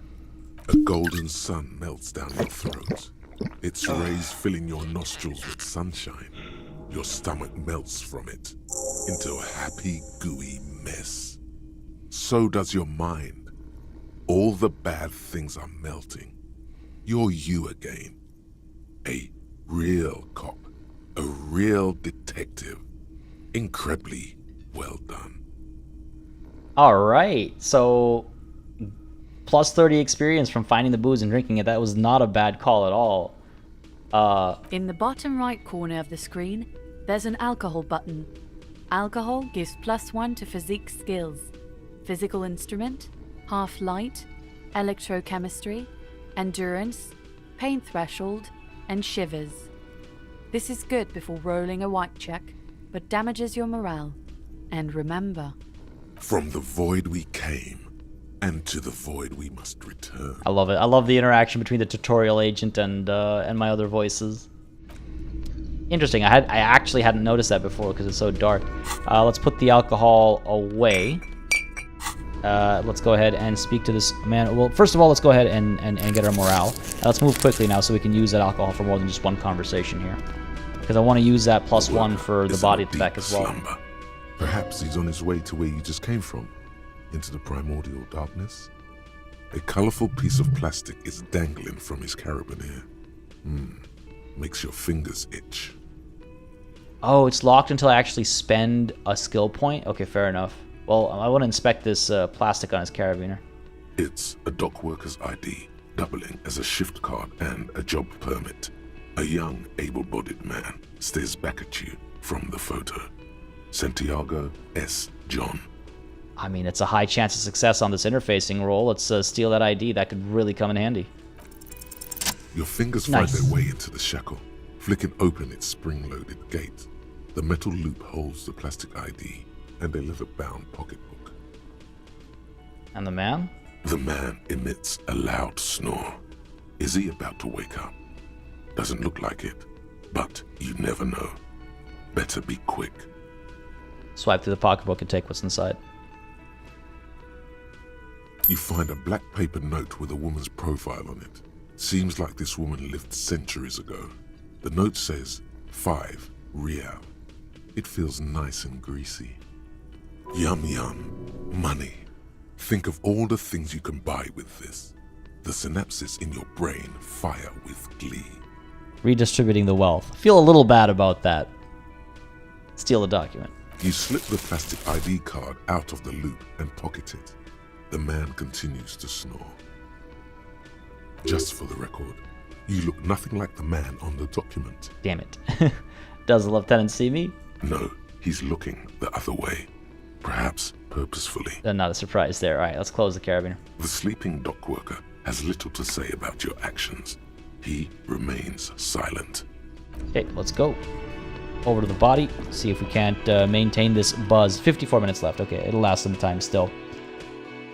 Finna start drinking at 10:24 CST, but I don't get stats up. Just angry coworkers ask me why I'm berating the CEO. Raphael, that sounds like a good time. I also just realized it's raining. The weather changed. When we loaded in today, I was like, I don't recall it snowing when we were last playing. And I guess yeah, the weather does in fact change. All right, over to the body. Goddamn Kuno, get away from me. There he still is, looking right through you with his white eyes. The body below is entirely dedicated to that corpse smell. Emitting it is all it does now. Okay, I did not realize that having my shit compressed would give me a +6 to this roll. So, I kind of wish I guess I'm glad there was no indication. I should have come to that conclusion myself, and I kind of did. But when the pop-ups at the end of having my shit compressed didn't actually give me a notification or a clear indication that I got this much of a bonus for this specific role, I was like, oh, I must have thought incorrectly. Reminds me though, before things go completely sideways over here, I'm gonna quick save. Make sure if I'm about to die that I'm you know, in an all right position. Yeah, let's deal with this first, and we'll look at our items and stuff after. He still is, looking right through you with his white eyes. The body below is entirely dedicated to that corpse smell. Emitting it is all it does now. Captain Top Hat, glad you can make it, buddy. Or I guess you're saying hi and then dipping to watch a VOD instead. Either way, thanks for dropping by. Appreciate it. If you fill a Starbucks cup with rum and Coke, nobody can tell the difference at 3 feet. It's very precise. Suspiciously specific. The Conrado. Lieutenant already realized that when we started looking at things, he should look the other way. Quick learner, we might become the best partners, yet ain't that the truth, man, for real. And JT, oh yeah, I had a feeling that's what it was for, but when that pop-up after we compressed our shit didn't say something specific, I was like, okay, I just set the thought aside in my own head, because I figured that's what it was for, that's when it popped up, right? So it's I don't mind that it did it that way. I'm in a way, actually I would say I'm glad that it didn't just straight up tell me I should go back and check this thing. I miss when games used to be a bit more like that, you know, so I appreciate it. And 6X Lord, I also appreciate you not straight up saying it. I do. Because, yeah, that would totally... It's something that I'm glad I discovered for myself. And now I can, you know, kick myself over as opposed to having someone tell me. I really want to say I do really appreciate that, so thank you. But yeah, let's let go of my nose without throwing up. Let's do this. We can still fail it. 8% is still significant room for failure. But let's try. As you breathe in, the odor comes over you. It's a smell of the mind telling you to run, and your stomach to wring itself empty. With your hands at your sides and your eyes squinting, you stand in it. Do they always do that? They do after 7 days, yes. We are deep in decomposition here. The man before you is naked, but for a pair of underpants and enamel boots. His skin is greenish, marbled with decaying veins, and blotched by lividity. A fading web of tattoos covers his chest and shoulders. The cargo belt used to fasten him to the branch above appears industrial in strength. All right, let's investigate before we cut him down, right? Learn the crime scene a bit better. The material appears to be ceramic. Its clean white stands in stark contrast to the decaying flesh above the knee. The man wore thick polymer socks, probably for padding. A fine array of interlocking plates covers them. Delicate and fragile, they feel alien to the world around you, out of place somehow. These are clearly not boots. They're armor, possibly part of a larger set.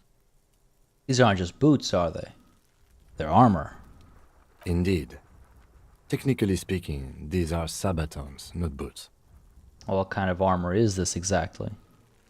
Ceramic plate. Zirconium dioxide, most likely. This is where the make would be. Where? Under the hill. Fairweather. Fairweather model T500 VE.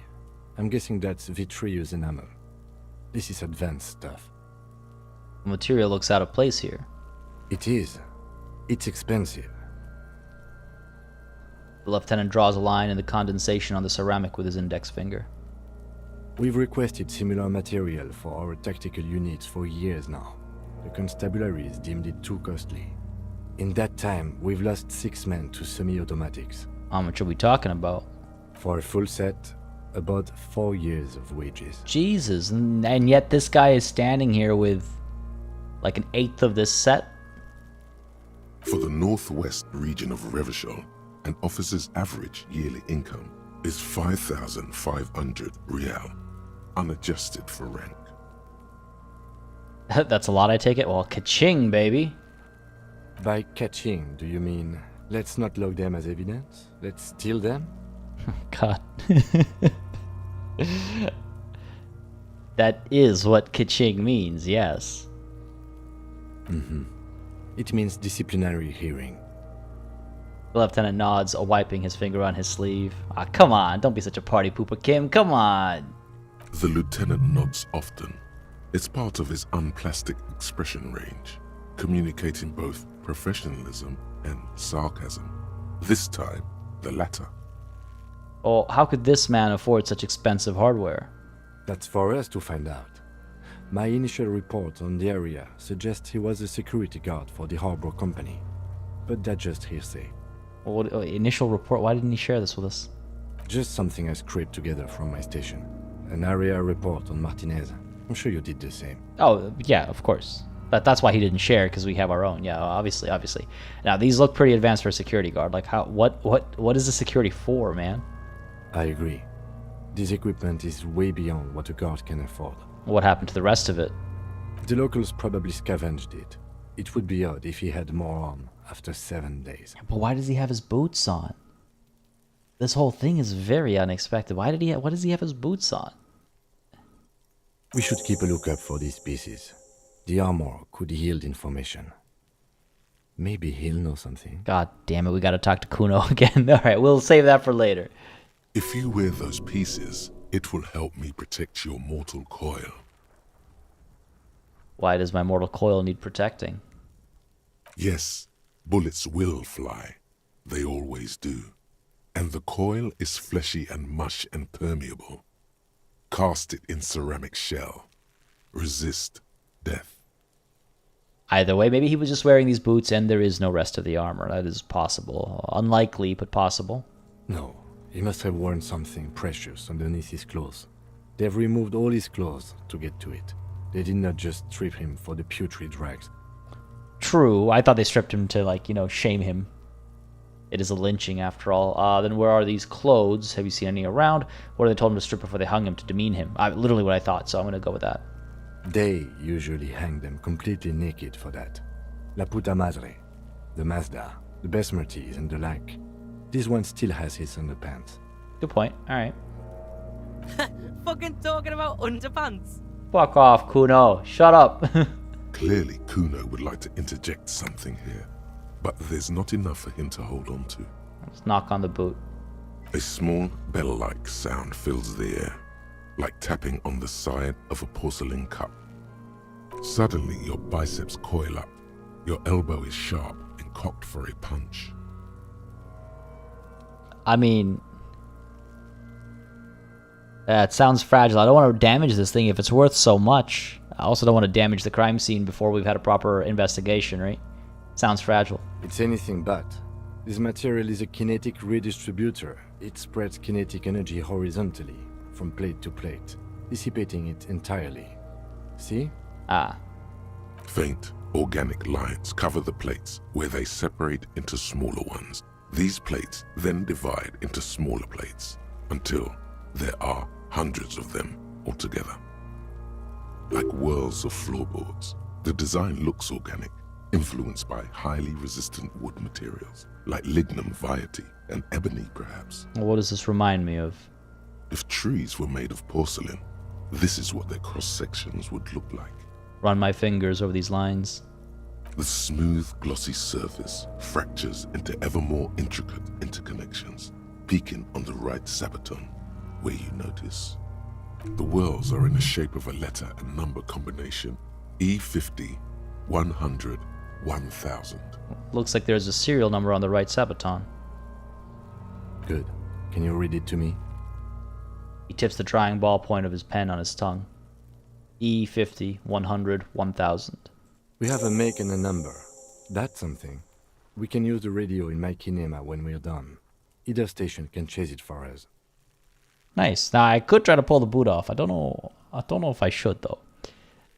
Feels like a problem potentially. I don't know. What do you guys think? I don't think I should steal it. As much as tempting as it is, it's like, how am I going to sell a dead man's sabaton, right? In terms of fragile, I think the idea there is like, some kinds of armor are for specific kinds of impact, and so they're fragile against other kinds of impact or damage. Like, correct me if I'm wrong, but bulletproof vests aren't stab-proof, and vice versa. You got stab-proof vests, you get bulletproof vests. They're not. It's not like in real life. It's not like bulletproof vests give you +5 armor and stab-proof vests give you +3 armor. No, they work against specific kinds of damage. What's the word I'm looking for? Like physical, like shear versus tear versus etc. etc. etc. Don't know the full details, but my understanding is that they can be quite like that. I definitely want the armor Devious Lick. I think my Devious Lick was that rum on the counter. God damn. I am a bit drunk right now, true. Getting the full set is one of the absolute hardest things in this game. Ooh, okay. That's just tempting. Pulling off a boot could be hard. It could be a feat. Oh my goodness. No, don't apologize, Natalie. Just on point. I love it. I may look like a thief if there's nothing inside the boot, but if there's a clue, you'll look like a genius. Oh, god damn it. Now that is a deep understanding for what's going on inside of this character's head. It's true. Let's try and pull the boot off. I don't think Kim's gonna allow it. This feels dangerous. Are you sure? Oh god. Well, I quick saved, right? A bit ago. Grab the boot under my arm. Oh no. The stench fills your nostrils.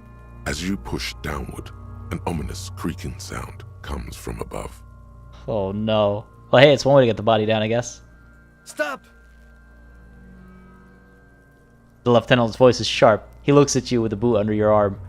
Pig's gonna pull his head off. Brutal! Yeah, this feels like a bad idea. Oh, this is a bad idea, isn't it? You're going to pull his head off. Do it, homo! I'm gonna pull his head off, right? Yes, that's what I said. You'll compromise the coroner's case if you do. So please, don't. He's asking really nicely. Indeed, from this angle, it does look like the neck isn't going to take much more. Being dead for a week has all but liquefied his muscles. Oh, Jesus. What are you trying to achieve anyway? Why are you hanging on to that boot? These boots would go super well with my bell-bottom pants. This is advanced enemy technology. We should conduct research into their weaknesses. Are we not detectives? There may be clues inside the boot. What? No way. Did you know that was an option? That's wild. You said they're expensive. I thought we could pawn them, earn some lucre. I'm sorry, I didn't even want to take them off. I just thought I should try. Are we not detectives, Kim? There may be clues inside the boot. How many clues do you need? You already found a number. Besides, He taps on the boot. there's no way you're getting them off. All the organic matter in his body has been flowing down into the boots. They are fused to his feet now. Why do you think the locals haven't scavenged them yet? You're sure there's a way to peel them off, but first the body needs to be down. And second, it would probably be better if the lieutenant wasn't around. Alright, good to know. So that sounds like a plan. I can accept this task or steal a dead man's boots, but that would be dishonorable. Refuse. For honor. Man, I wish during tabletop RPGs more players would take that second line of thinking when it comes to looting. That's always the biggest struggle designing encounters in a tabletop RPG is when everybody afterwards goes like, oh, I want to loot, and all of a sudden they end up like significantly more powerful than before. Either way, sounds like a plan.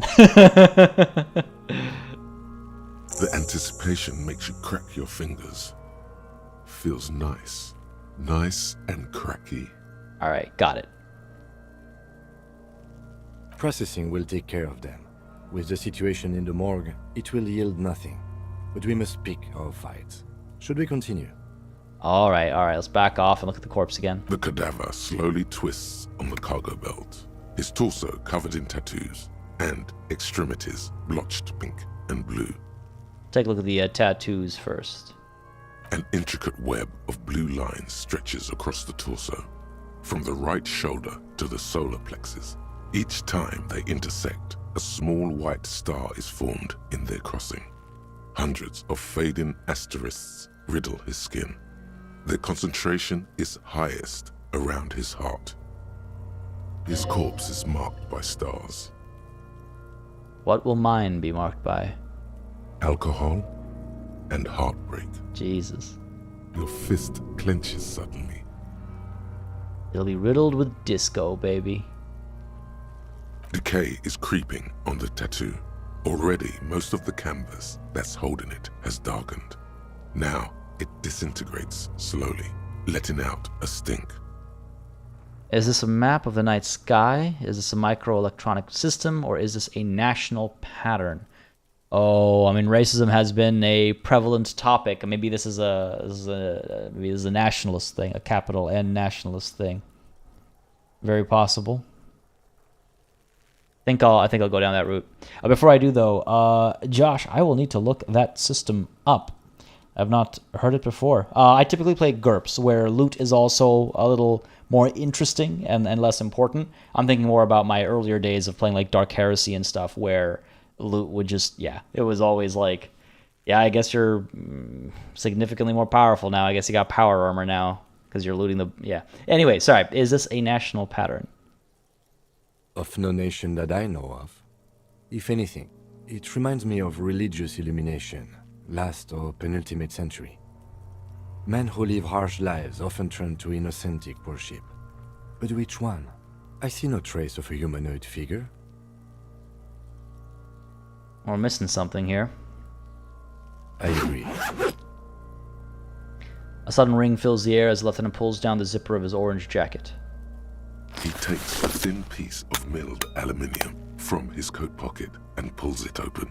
Sounds like a sword being unsheathed. A small lens appears. Some sort of camera. Let him work. I'm sure I can deduce what it is. Shit, Kuno! What the fuck is that? An instant color camera. He produces two metal-capped ampoules and clicks them into place on the side of the apparatus. A thin slot shines there. I have only 2 ampoules, so nobody move. I don't want to waste one. He points the camera at the corpse, peering into it. The lens needs adjusting. And then... A sound, a shrill flash, followed by the breaking of a small ampoule of glass. You see streams of color pour onto the thick, glossy piece of paper, rolling out. That was a cool effect. In case we need it. The lieutenant says and shakes the paper, letting it dry in the cold wind.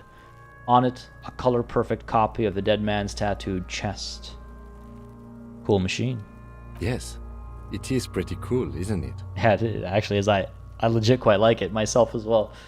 There is only one ampoule left. Use it wisely. Oh, what do we need this photo for? It contains insight to the victim's person. By his build, I'd say this was a man of physical violence. The story he wanted his body to tell was important to him. It is his letter to us. Someone should decipher it. We'll need to show it around.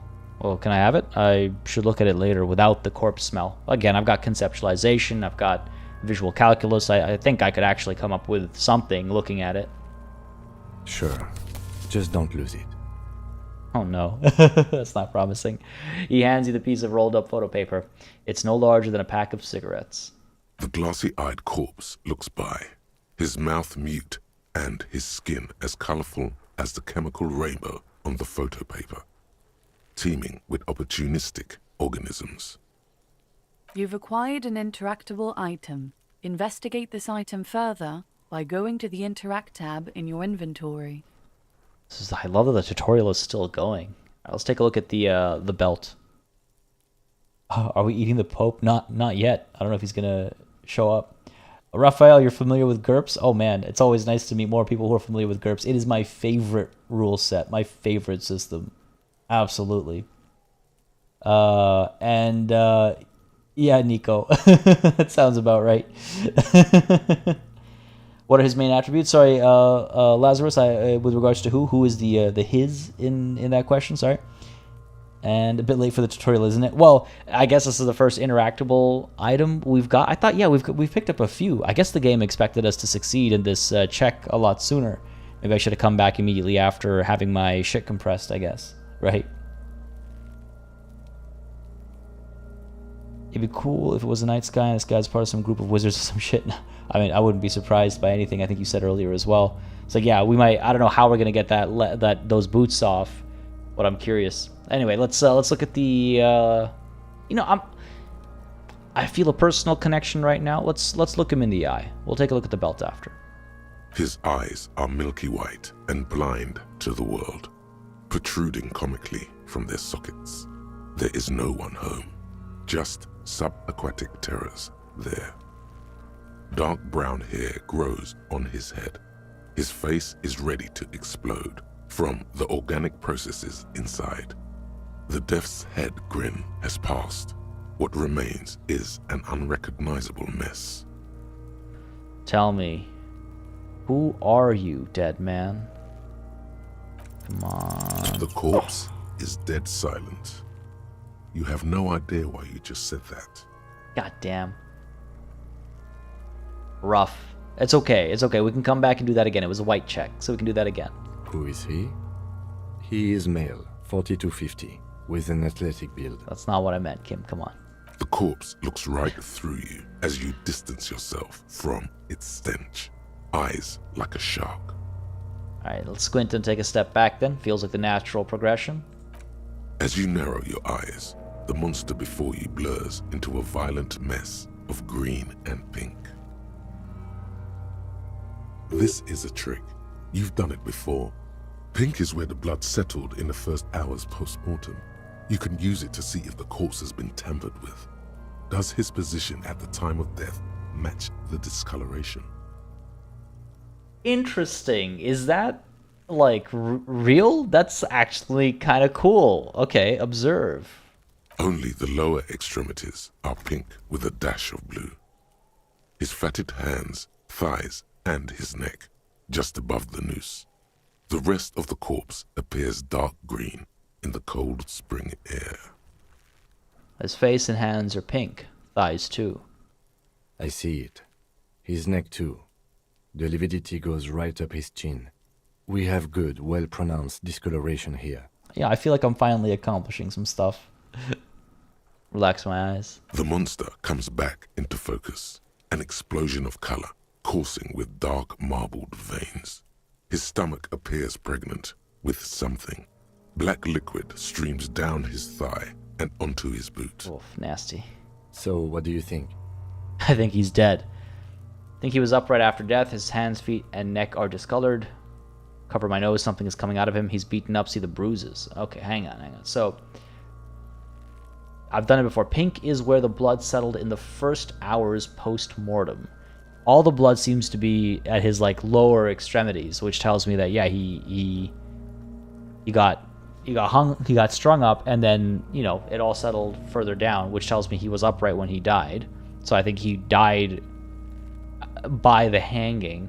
The thing is, I don't recall seeing any bruises mentioned before.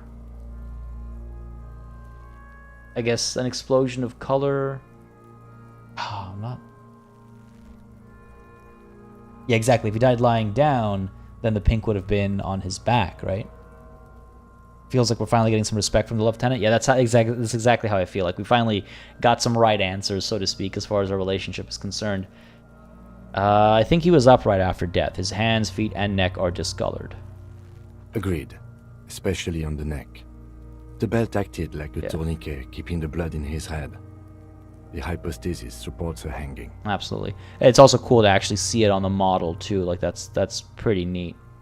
You can actually see... Is that the black trail we were talking about? That's pretty neat. Seems like a lynching to me. Could it still be he was moved after death, or maybe he was strangled by someone? Seems like a lynching to me. Everything here seems to corroborate that assumption, but we should still get him down before signing a probable cause of death. Yeah, no, of course.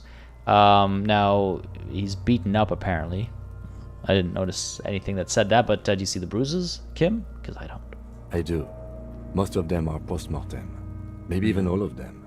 The delinquents have made our jobs harder with their little sport. Stop talking in riddles, coin slot. It means you fucked him up good, Kuno. Fucked him up brutal like. And something's coming out of him. A pool of blood and feces has eaten into the frozen mud below the man's feet. Purge liquid is dripping into it, drop by drop. Purge liquid. What a word. What a phrase. The victim appears to have contained no more than half a kilogram of digestion at the time of death. The fuck he's saying? Talking about shit. Oh goddamn! Turn around and yell at him. No, gotta stay focused. Don't feed the troll, right? Don't feed the troll. We got lucky. Maybe he went to the toilet sometime before death. It's possible. Maybe. He doesn't really want to dwell on it too long. Yeah, true. Back off and catch my breath. I think he's dead. I don't think there's any reason to be sarcastic here. We are dealing with a corpse. I might be a party animal superstar. I still understand the morbidity of the situation. Back off and catch my breath. I had my moment as I tried to pull the boots off, I would say. But there is no breath to catch. Only the cadaver filling the air and your nostrils. He slowly rotates before you, decomposing. All right, let's inspect the belt. The hangman's knot is pulled tight by the weight of the corpse below. Yellow, hard-edged polyester cuts into his neck. Above, a sliding buckle ties the belt to the branch. This is a steel-reinforced cargo lashing belt, big brother of the regular cargo belt. It's used for tying cargo under 6-rotor airships. Yeah, I was like, this doesn't look like a regular belt. Yeah, okay, don't ask me how I know, but this is a lashing belt used for airlifting cargo. Airlifting? I thought it was used on lorries for strapping cargo to them. Then again, what do I know? I don't even know what an airship is. No, apparently this is the reinforced kind, for air transport. My brain tells me so. The local harbor uses 6 rotors to shuffle containers around. I get the sense they use whatever was on hand, without paying much attention to not incriminating themselves. Alright. So we're assuming dock workers from the harbor did it, or they sure wanted him to stay up there. The rope is reinforced with steel wiring, or how did they even get him up there? I want to ask, so we're assuming dock workers from the harbor did it. The brief suggested as much, politically motivated by the ongoing strike. Did you not get a briefing? My past has undergone total annihilation. Nothing remains. My mother, the love of my life, certainly not a briefing. I'm going to be straight up with him. I am in a messed up state, Kim. Okay, you should ask me for one the first moment we get. All right, I'll that's good. I'm glad I was just straight up with him there. They sure wanted him to stay up there. The rope is reinforced with steel wiring. Yeah. I was afraid it would be. Thin steel wiring, parallel strands. This makes getting him down more problematic than I had assumed. Well, how did they even get him up there in the first place? A noose is one of those things that's easier to use one way around. Oof. Did they climb up using the kid's ladder? Points to the one at the side of the tree, this thing over here. That ladder can't carry a grown man. I didn't see any splintering either, did you? I think they lassoed the branch, then pulled on the belt to close the buckle. Yeah, that's almost definitely what happened. Could be. The shape of the branch supports the theory. All right, let's look at the corpse. The cadaver hangs from the cargo belt, limbs limp and torso covered in tattoos. So, how do we get him down? Are you sure we finished the preliminary examination of the cadaver? We might miss some of these things once he's done. All right, let's have another look first. The cadaver slowly twists on the cargo belt, his torso covered in tattoos, and extremities blotched pink and blue. It says that the examination is done. Again, this is one of those cases where I feel like there's a hidden check, like a hidden perception check or something going on. We could leave and take a look around. I don't think. We've already investigated this stuff. I haven't looked at this. We could. Kuno's on the ground looking for more rocks, I expect. Don't mind me, I'll take that. I'll heal up my morale as well. Yeah, sure, let's try and take him down. Quick save before something goes horribly wrong. This is a game warning you. That's what it feels like, but at the same time, it's like, I don't know what else I could do. I don't see anything else. I remember, I thought I saw there was a thing here. Don't know what good that would do me. Will I be able to do that white check if you proceed with the examination? Probably not, right? Oh, you know what? I'm not sure. I'm not sure. An inconspicuous pile of the roofing material, Eternite. Maybe I should up my perception, because I'm really curious what's back here. I do have a skill point. I could drop it in a perception. I'm close to having 2 skill points even. While I'm back here, I know we said endurance or volition is what we'd said previously, but oh, actually, volition probably not a bad idea. Good for morale. Urges you to be a good guy to others and to yourself. Enables you to resist temptation. Be it in a bottle, between a pair of legs, or at the end of an iron barrel, which promises oblivion. Tempting, tempting. I see mention of a dumpster in chat. Where is this dumpster? Am I this blind? Oh, hello. I guess I am. First of all, what is this? The letter R wears a crown. On the ribbon below, a light above descending. Fair enough. This trash container is locked. The sliding lid has a padlock that says, "Whirling in rags." There's something in there, not necessarily connected to the case, but still.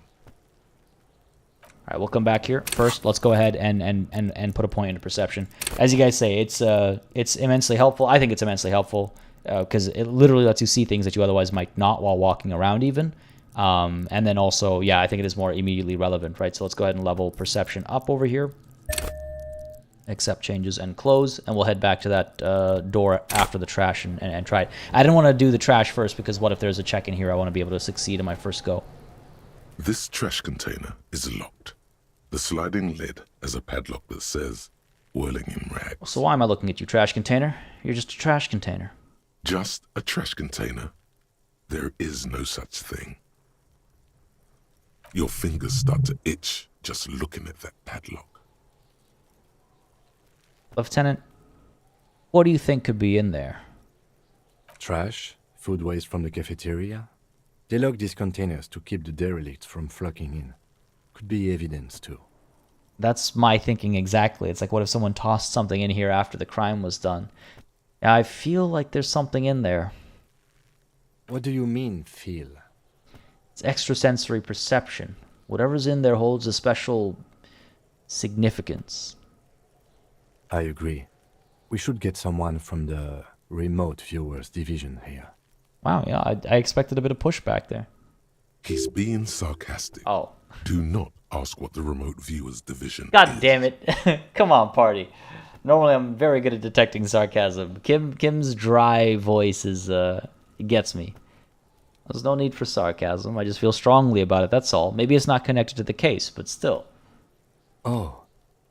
It might also be evidence. The mob could have disposed of something in there. We should get it open. That's what I was saying, man. Come on.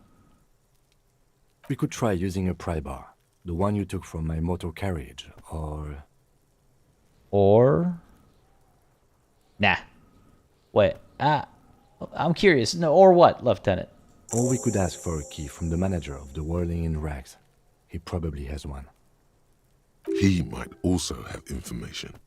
This is better than the pry bar idea. True. I mean, unless I want to take a 3%. Once I equip the tool, it'll be easier to do. But I think if we can just get the key, we should just get the key. Yeah, no or. Pry bar. I should have asked what the remote viewers revision is. Maybe I should have. Maybe I should have. White checks are always available even if you fail. You just need to change conditions of the world. But I think the question there, the Grimner was like, right now the white check is available because the body is upright. If I bring it down, will that white check still be available, or will the situation of that check be completely changed to the point that the check is no longer an option? You know what I mean? All right, let's see if this actually works here, because I'm curious about this door. An inconspicuous pile of the roofing material, Eternite. A medium success chance isn't so bad, 58%. Come on, baby, work for me. Because it's nice and orderly. God damn it. Well-laid pallets. Easy on the eyes. We'll be back. We'll be back. Again, it's a white check, so we can come back as soon as we up our perception or change the conditions of the world, however that translates. Let's go get the keys. I wanna properly investigate any surrounding evidence first.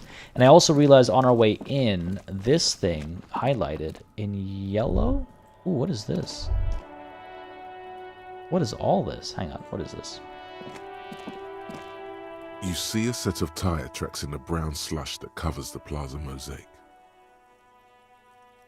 Got my visual calculus. What kind of vehicle drove through here? Let's see if we can get any bonuses to our roll first. Hard to say. Your vision is blurred and you're having difficulty concentrating thanks to your relentless hangover. Almost about to lose our +1 physique, sadly. Well, why am I looking at this? Cop habit. You look at everything. True. This isn't case related, you think. Let's try it anyway. Reconstruct the movement. No. These tracks are not interesting at all.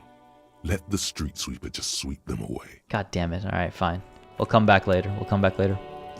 But there is stuff over here to look at. What is this? An old call box with a matrix of push buttons lists all the companies in the East Delta Commerce Center. Okay, interesting. I don't think I need to go digging through all this right now. Empty card. I don't know what that means. We'll leave for now. We'll come back here afterwards. Also not sure what this is. Takes me elsewhere, obviously. Let's not get distracted. Let's try it again. Let's try and actually be the detective we're supposed to be. Let's go get that key. Let's investigate that trash can and see if it leads to anything for the body. I'm rolling pretty rough today. We've not had enough successes. Who is this guy? He's new. I'm guessing the union folk are in here. It is 5:30. It's not so late. Oh, I don't think he's new. I think he's the other guy that was standing here before. You? That trash container out back, it's yours, right? Mine? No, it belongs to the Whirling in Rags. That's what I meant. Thank you for clearing that up. Why do you keep the container locked? Why? To keep the hobos and drunks out. That's why. And the neighbors too. They put their trash there and they don't pay for the garbage company. I thought as much. And are you the only party with access to the trash container? Well, yes. Us and the garbage disposal company. It seems a little callous, doesn't it? Something stirs in you. Yeah, I wonder what this feeling is. No, it doesn't. Nothing stirs in me, and it isn't callous, it's common sense. No. What is this feeling? Prod at him and find out. Doesn't it seem callous to you, guarding even your leftovers from the poor? Callous? What are you, Kras Mazov? Almost all establishments in Revachol keep their trash locked. The Whirling in Rags is not special in that regard. Well, just because everybody does it doesn't mean it's the right thing to do. Krasmazov, nom de guerre, was an economist and a historical materialist. He was a leading figure on the Grad side of the Centennial Revolution, where he headed the 9-day government. Mazov is considered the father of scientific communism, Mazovian thought, or Mazovianism. Well, maybe I am Krasmazov. What are we talking about? Was this not about the trash container?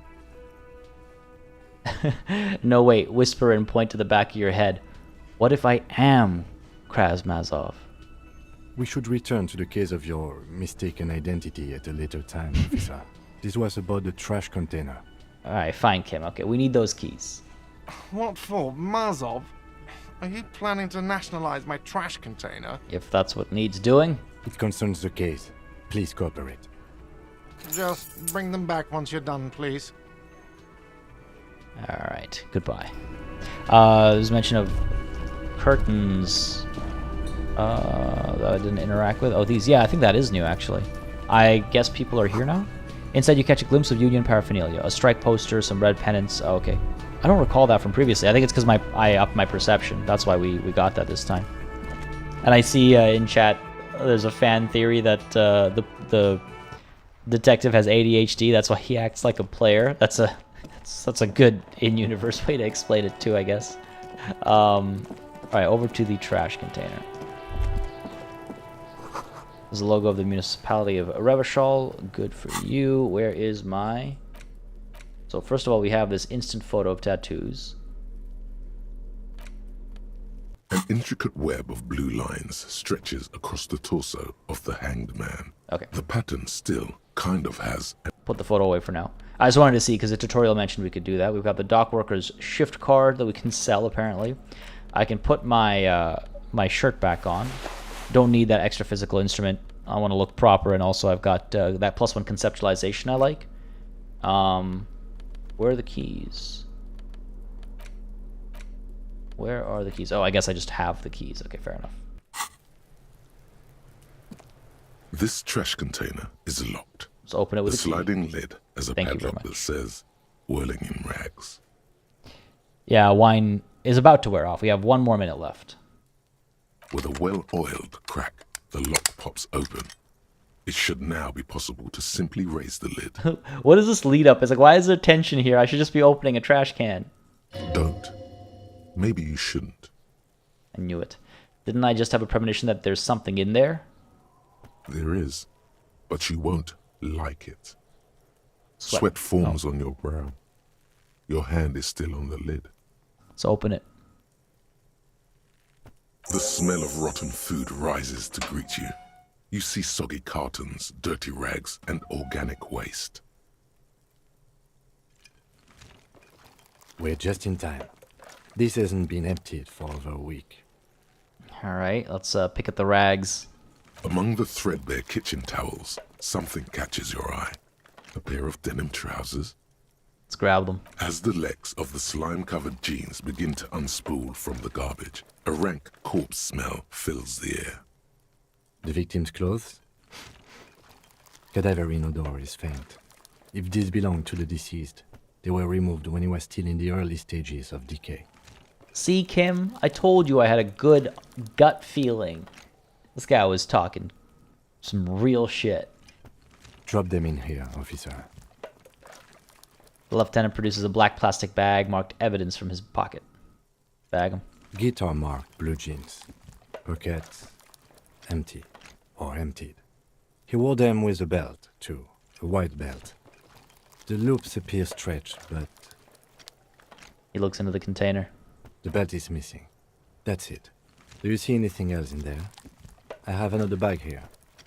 Something slimy catches your eye. Let's reach for it. A drab, long-sleeved shirt, olive-colored, appears from the food waste, dripping with Oh, pus. that's absolutely disgusting. Actually making me friggin' gag over here, man. Bag the shirt. This is a military type overgarment. No label or serial number. This is the kind of rib-knit shirt that's worn over light armor to conceal it in an urban scenario. Anything more? Who was this guy? The rest of the rags are just kitchen variety waste. A yellow old mug that catches your eye. But other than that, Thrown out towel, mug, that's all. All right. We should go to Gart again and ask if he knows who put the clothes in the trash. It could be as simple as someone from the hostel cleaning the yard. Or that one. I'd advise against confronting that force. Not a fan of Kuno. Me neither, Kim. Me neither. I mean, I love him, but I hate him. Manul Khan, how's it going, buddy? Glad you can make it. Having a good Friday, I hope. You think someone from the Whirling might have been involved, maybe? Not really. All we know is the victim's clothes are in the trash. The lid was locked, and his establishment had the key. It's just a small loose thread. Yeah, no, something's up there. All right, proceed. the lieutenant nods, then looks back into the trash container. Check under the boxes of carton. You see milk and egg rest with one broken egg in it. Some pasta wrapper. Picking up the soggy packages somehow feels familiar. You've done this before. The movements are recorded in your elbows, the methodology in your fingers. You're used to this. Used to what? Dumpster diving? No, searching for evidence in the trash. Fair enough. All right, dive further. A box falls into pieces in your hands. Batiste Soleil cereal. There are plastic pasta packages below, and turbo noodles. Nothing of note, however. All right, let's check the food waste. It's just organic waste, cold and slimy on your hands. Apple and potato peels, mostly. Unidentified sludge, and the occasional chicken bone thrown in for good measure. But hey, Apple? What kind of apple we talking here? nothing. It's nothing. Nothing more to see here. Alright, fair enough. What's this? Wait. Is the Inland Empire trying to hide something from me? What's what? A blue piece of plastic sticks out from the apple peels. Oh. It's shiny. Looks like the corner of something. Pick it out. Something larger. A clipboard. A blue plastic clipboard with moist papers hanging from it. They look badly damaged, but you can still make out forms and notes, written in a man's handwriting. Officer, is that your paperwork? Oh, crap. I've incriminated myself. I don't know what this is. It is. Look, the plastic has the RCM street grid on it. You've even got an autopsy form in there. A miserable looking slip of paper sticks to the board. Oh my. If you don't mind me asking, how did this get in the trash? Must have been cramping my style. It has a foreboding quality to it. Maybe I needed to lose it for the great bloodletting to begin. I think I didn't want to be a cop anymore, so I threw it away. Someone from the worldling threw it in the trash. I don't know, I'm boring. I'd rather not talk about it right now. No, it must have been cramping my style. That's the only explanation that actually makes sense here. Officer, this is an official piece of paperwork. It probably contains notes on numerous ongoing investigations, and could even list undercover operatives, informants. I suggest integrating it into your style, for all our sakes. Easier said than done. How could this pathetic cabbage of copy paper and plastic ever become très disco? I don't know, man. Sounds like an order. I don't take those. I'm a cop. But I'm a superstar cop. I see, yes. You are what we call a badass, aren't you? He makes little quotation marks around the words, indicating he is unsure of its actual badassery. Now, I got a couple of achievements there. I just want to see what... or I got one achievement. Baddest of the bad cops. Hit an all-time low with Kim. Oh. Oh, no. That's not what I wanted. But that's what I got. Wow, went off script there. Getting your ass handed to you. You shouldn't go picking fights if your rhetorical faculties haven't suggested it. Tell me, does your badass see more in there, or are we done here? Kim, I've found this evidence. Oh, yes, and it would also be appropriate to start taking notes on the case. It's what cops do. Oh, man. Some items, such as the ledger you found, are interactable. Go to your inventory and select the Interact tab to read your paperwork. Alright, well, let's get that mug first, shall we? You pick out a broken mug with an oddly racist depiction of the yellow man frolicking in saffron. Oh my goodness, an antique? Only in its social sensibility. Oh, that's hilarious. The writing in this game is so top-notch. Let's take the mug. Maybe we can pawn it. Mm-hmm. Sorry, Kim. It's nothing against you or anything. The container sounds a muffled gong. That's one thing off the list. I think we got it all. I think so. I do want to check. All right, so first of all, let's take a look at my my ledger here. It's the ledger you found in the trash. A pitiful cabbage of white and yellow papers hanging from plastic board, barely held together by a metal clip.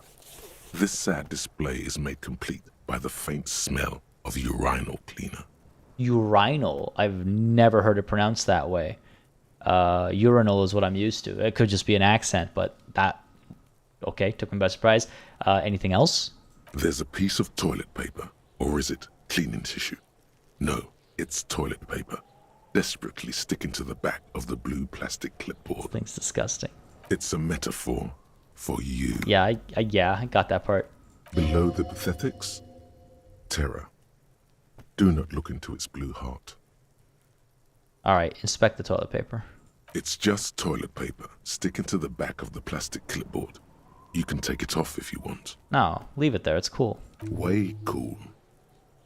It says, everyone look at me and my toilet paper covered cop ledger. I don't care.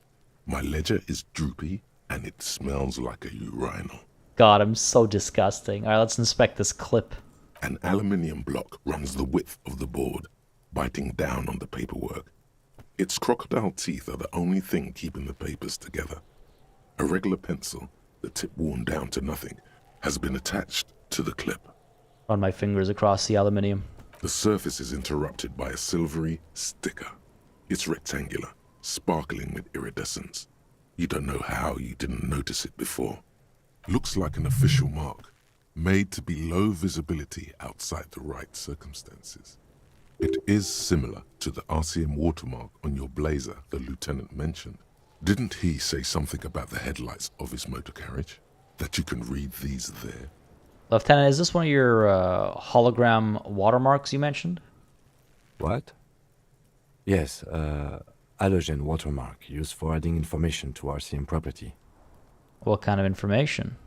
It depends. Aside from an anti-counterfeiting stamp, mine has my station number and address. The information varies by date of issue. Oh, I might find out more about myself. Maybe yours will have how many cases you've solved. Oh, get out of here, logic. How many years you've been on the force, he's thinking. It'll have that. Oh, how can I read it? Any capable light with the right wavelength will do. You mentioned the headlights of your Kinema. Yes, RCM vehicles have headlights tuned especially to reveal halogen watermarks. This means you can read the watermarks if you just turn the lights on. That's all, thank you. Okay. While a bunch of sodden papers sag from the clipboard in your hand, it's a sorry sight. Alright, smell the ledger. The acidic stench of rotting food is rubbed off on the cellulose. It now forms the base of the experience. This base surrounded by a faint air of spoiled meat, the stuff of death itself, and then sprinkled liberally with the citrus zest of toilet cleaner. Just absolutely goddamn disgusting, I love it. You know, like the bits they put into public piss bowls, probably called Fermi Discrete, or Axle, or something. At some point in its journey, the ledger has seen the inside of a public toilet. Shut up, Nose, I don't need your help. I don't need anyone's help. No. Which toilet would that be? Which? You're not sure you smelled this one yet. Or worse, you have the nagging feeling you might have missed it. Oh no. Alright, let's actually look at the clipboard now. It's made of dark blue plastic, hard enough to beat someone to submission with. The edges are rounded, however. The U4 size board feels thick and heavy in your hand. Light shimmers on its wet surface. On the back, you see the embossed letters, RCM. Shake the ledger. Let's see if anything falls out. Something rattles inside, ever so lightly. Is there a hidden compartment? And something small inside, light, made of paper or cardboard, or dried flowers perhaps. Maybe my ID? My badge? My badge could be in there. Permeables. It's not hidden per se. The compartment is made for permeable materials that would get damaged if something happened to it. Okay, probably not then. Let's take a peek. The plastic shimmers like lapis lazuli, but it is not see-through. You cannot see to its center. So what do you say the color was, or how do... Blue. The blue heart.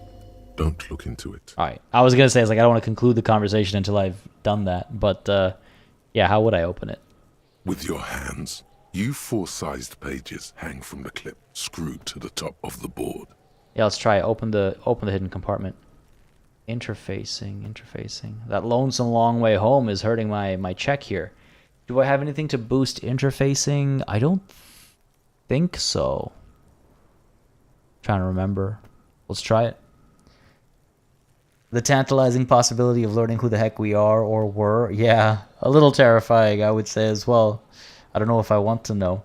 Feels like Pandora's box. And Spindle, missed most of it so far, was on the phone but been vigilant. Yeah, I noticed you were helping stop some of those bots. I don't know if you missed me say thank you and welcome. Glad you've been able to join us. I don't know how much you've been able to tell what's been going on, but glad you've been able to come through, buddy. Also, you might have missed me saying a happy Canada Day to you. I know you're not here these days, but some things don't leave you behind, right? But let's open this hidden compartment in the clipboard. Come on, baby. Come on. I need a good roll. I've had so many fails. Let's go. Come on. Yes! The two sides of the board appear slightly misaligned, like a drawer that's come off its slides. If you bend the plastic on your knee slowly, the slides snap back into place. It should be possible to just, slide the drawer open. Without resistance, or sound. The two panels move against each other. The compartment is now open. What's inside? 2 ticket stubs and a handmade postcard. Fucking kill yourself, you asshole. What? Where is that coming from? Why?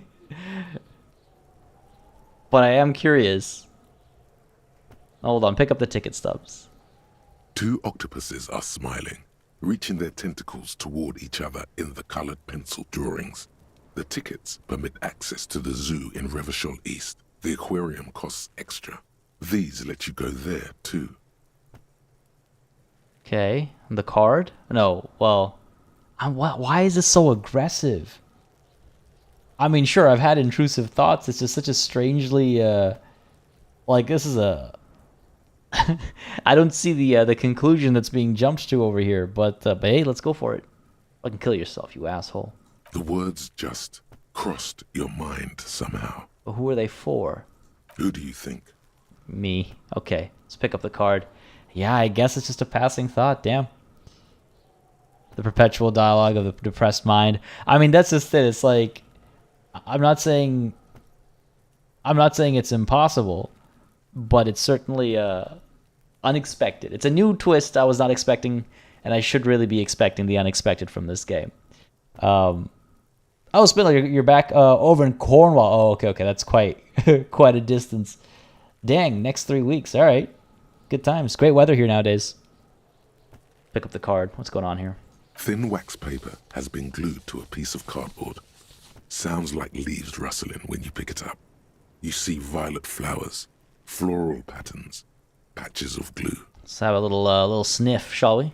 It smells of chewing gum, apricot flavored. A touch of cinnamon, the end of summer. You think the label says tutti frutti. Oh, well, hello. There's a bit of nostalgia for me. Let's open it. Familiar handwriting lines the inside of the card. Looped, round letters in a woman's hand. A young woman in her 20s. There is care, effort, and a smile, you think. Although that is not something you can read from someone's handwriting. Harry, it begins. You're already reading. I wanted to write you a letter so you can read it when you wake up. Maybe it will make you happy. Who's this Harry fella? Throw it away, please. Oh, but it'll make me happy, it says. A merciful wind blows in from the bay of Revachol, dusting the ground at your feet and raising newspapers far away. You feel the card slipping into it. What was that? Frisson covers your entire body, a feeling of cold, a persistent chill. Hold on to it. I gotta read this card. Your hands shake, holding on to it. Every morning when I step out and you're asleep behind me, it says, I find a little piece of sadness in me. I carry it in my chest, down Voyager Road. Voyager Road is where we used to live, as per my internalized thought. Every step I take, it grows. By the time I reach the fuel station, it has filled me entirely. I step onto the light rail and look back. Sparks fall from the bow collector. I know it will be like this until late afternoon, when I get off the 42 and walk back to you. Keep reading. You. Every step I take will get lighter. It almost makes me run. Sometimes I do. I can't believe I met you. I can't believe the happiness I feel with you. You have a vast, vast soul, and I will always, always, always come back to it. Kisses, kisses, kisses. You feel the air sucked out of your lungs and the blood sucked out of your head. Everything around you gets dark. Small white dots appear. Oh no. I was not expecting this primordial ooze I'm assuming we're back in. You feel the ledger slip from your hand. No. No. Hold on.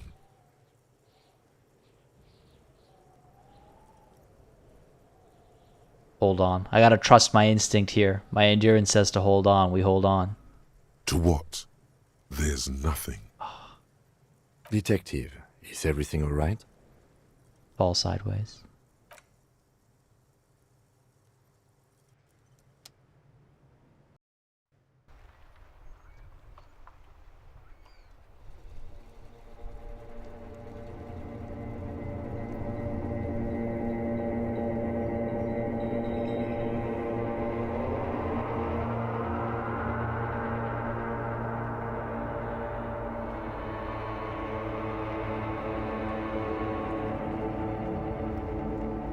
What is going on?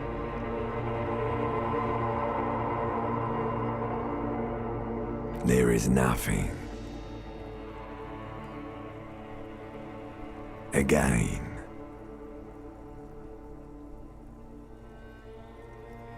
Nothing? Nothing sad, brother. No treachery, just blackout. Just lie there. Passed out. Well, almost nothing. There is the ground below you, that's still there. And the small light that's on, fluttering, somewhere in the basal ganglia. Who's that? That's me. Blue eyes, that's me. And who is that? Who was what? He speaks of the sickening longing, the unwell emotion. Even in the darkness, he's grasping for it.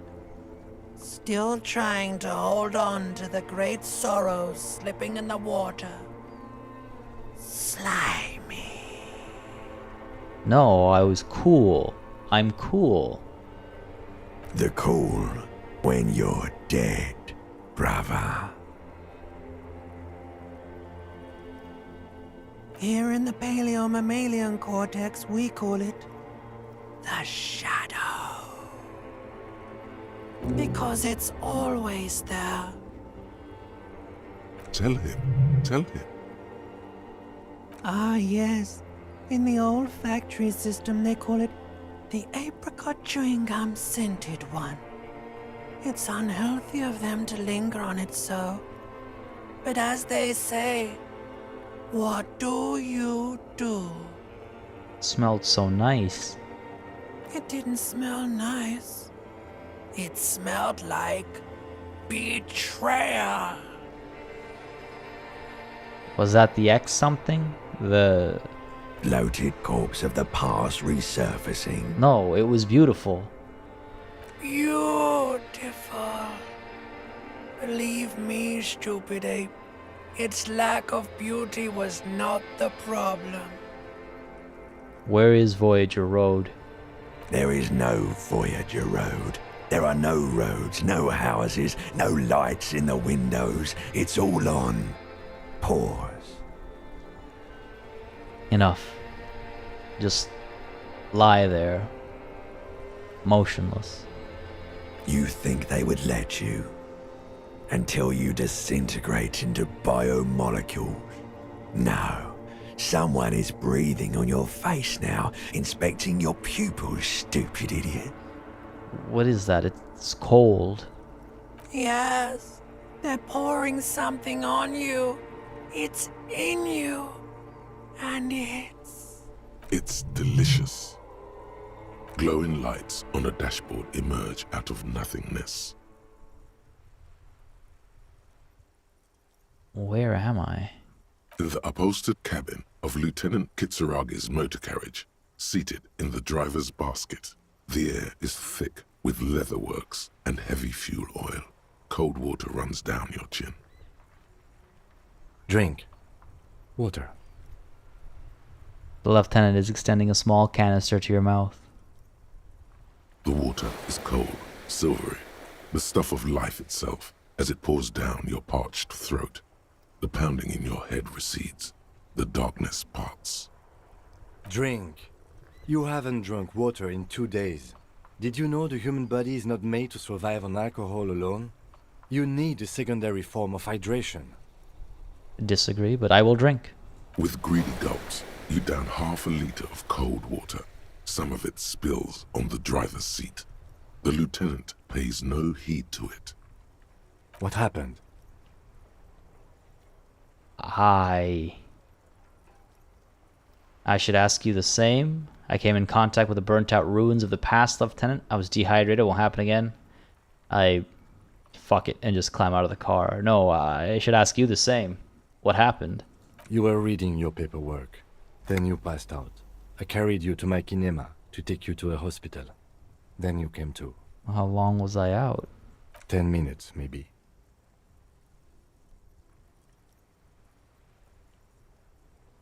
I came in contact with the burnt-out ruins of the past, Lieutenant. That does sometimes happen. He hands you the remains of your ledger. He replies with such understanding, it's as if the burnt-out ruins of the past were an occupational hazard. Athlete's foot for cops.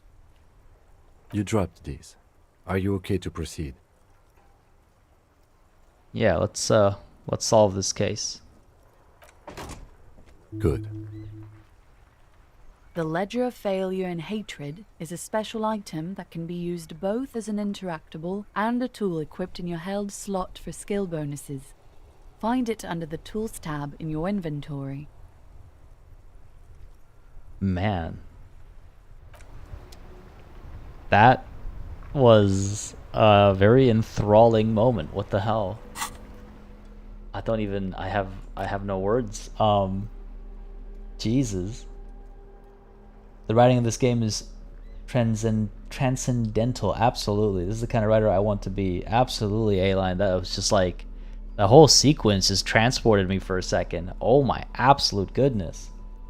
Also, A-Line, glad you could join us for the stream today.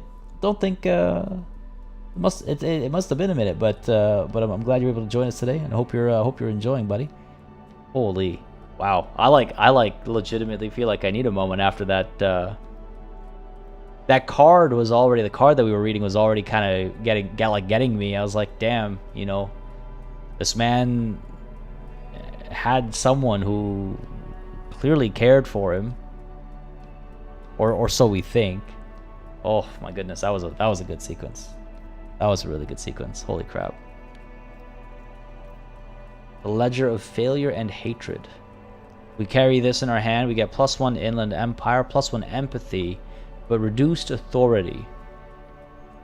Significantly reduced authority. Like down to like 1 or something, I believe, at that point. Yeah. The Inland Empire is at 4. That would take it up to 5. And what else does it increase? Whoops. It increases our empathy, which would be taken up to 4. Empathy is helpful. I just wonder if I want to be seen carrying it around at all times.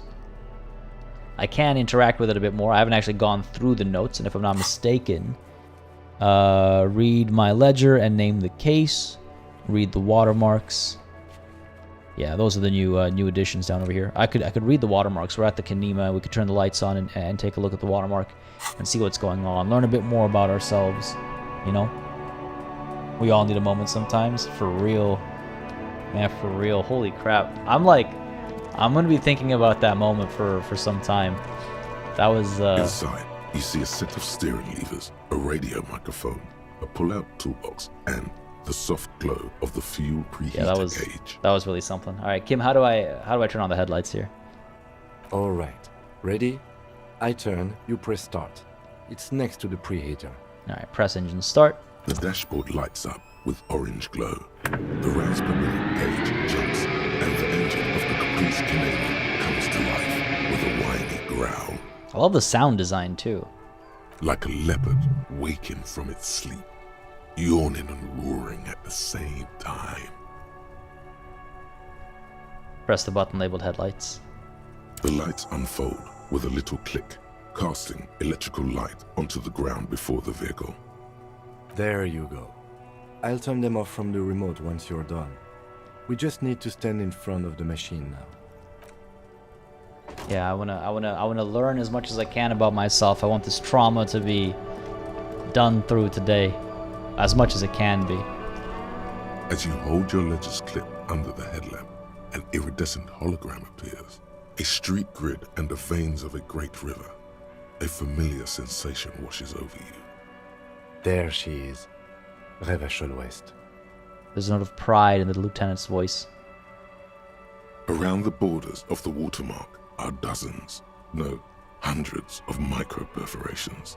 Look at the perforations. They call to me. There are many of them, and they are divided into 3 separate rows. Tally up the different rows. The first row has 18 dots. What about the next one? The next is the longest. It runs all the way around the border, and then some. Count them individually. There are so many, it's hard to count. More than 150, at least. Maybe even 200. What do they represent? And what about the last row?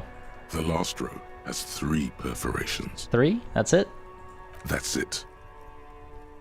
Kim, what do all these holes mean? Those are perforations. They represent your record as an officer of the RCM. They are your statistics, as it were. I should have guessed you'd keep a record. Officers often do. Let's take a look. I mean, I've done something a lot. I hope it's not like cases flubbed. Alpha male officers who are proud of their numbers often do. It's meant. Of course. The first row represents your years of service. 18 years. Okay, not bad at all. What did you do before you volunteered? Got drunk like a megastar? Walked the land telling whores and liars of the end to come. There are 9,855 days remaining. Probably some boring office job, same as everyone else, or feel like I just went around apologizing all the time. God damn it, too real. Do you really think I have any idea? No, I got drunk like a megastar, I imagine. Yes, that does seem quite likely. Your youth coincided with some heady days for Revachol. But let's move on, shall we? This next row, the one that wraps all the way around, is your number of closed cases. Closed is good. It means finished. You've got, let's see... Wow, okay, so I'm actually a diligent cop. Wow, more than 200. Is that a lot? It's quite a lot, even for someone who's been on the force for nearly 2 decades. Usually, clearing more than 10 cases a year puts you in the 90th percentile of all RCM officers. You know, I will say, reading that card and having that existential crisis right now kind of leans me towards 2. I used to be good. That's some solace, I guess. What's the last number? You know what I mean? It's like, I don't know. There was something about that moment. But we talked about being drunk like a megastar. Maybe I'm trying to lighten myself up a bit. See, Kim, I told you I was a superstar cop. Call it what you want. You were a valuable member of your precinct. Now, let's look at the last row. Note the past tense. Right. Those are your confirmed kills. You've got precisely 3 perforations there. So I'm a killer. For an RCM officer, especially Precinct 41, which is in the Jamrock Quarter, it's rather tame. I mean that in a good way. There are certain officers who treat their kills like some kind of ghoulish game. If they do happen to solve a case, it's usually by accident. It's obvious the lieutenant doesn't think very highly of these officers. But it seems as though you are, or at least were, one of the good ones. So we have that to be thankful for. Maybe I should pour one out for the boys, the fallen. How do you handle the strain? Have you ever killed anyone, Kim? No, I feel like this is an intimate moment. I think I could speak to him about this. Have you ever killed anyone, Kim? Yes. All right, fair enough. I can read between the lines. How do you handle the strain? Everyone has their own method of coping. Some more effective or self-destructive than others. He gives you a meaningful look. Listen, man. It's how I cope. Personally, I find it helps to keep up a few hobbies. Maybe I should find a hobby. Why not gardening? You've already got the gloves. Oh, what? He points to my yellow gardening gloves. What if I wasn't wearing them? No game, you can't do this to me. Now I kind of want to load a previous save and just see what he would have said otherwise. It's meant in earnest. Please don't mistake it for a jab. Maybe I should pour one out for the boys, the fallen. If you want to pour out the booze you've been carrying around on duty, I'm certainly not going to stop you. Oh, that's a good point. Actually, I'm just going to hold on to this. As you will. Thanks for this, Kim. The lieutenant nods. Let's take a look at the shimmering street grid. Take notes for your next playthrough? True, right? Yeah, it's not a bad idea. I know we're role playing, but maybe our superstar can go through some character development. For sure, AK, for sure. I think that was definitely a moment that could change someone's perspective on who they are. Let's look at this shimmering street grid. The rectangular watermark is overlaid with the logo of the RCM, and yet the major arteries of Revachol are all recognizable. They shimmer in the Kanema's headlights. So let's look around, see if we can't figure out where we are. A rat brazenly darts past you and disappears amongst the stopped lorries. In the distance, a child somewhere shrieks. A woman reprimands her in a voice no quieter than the child's cry. Ah, Martinez. Where are we on this? Let me see. He takes the ledger for a moment and inspects it. Right here. He says, his finger near the top of the map on a segment of coast jutting out into the great ocean. Seems nice. No, it does not. The lieutenant says without optimism. Alright, let's go. Right. I'll go turn off the lights. He presses the remote control on the key. You can now see your statistics on your journal page, to the right of the task description. My statistics, you say? Oh, here we go. Oh, good cop, bad cop.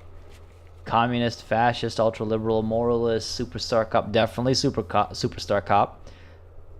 A little bit of sorry cop. Oh, the accent really coming out there. Sorry cop. Oh, jeez. 216 cases solved, 18 years in service, 3 people killed. Some of these numbers are definitely going to be changing. Name and rank unknown.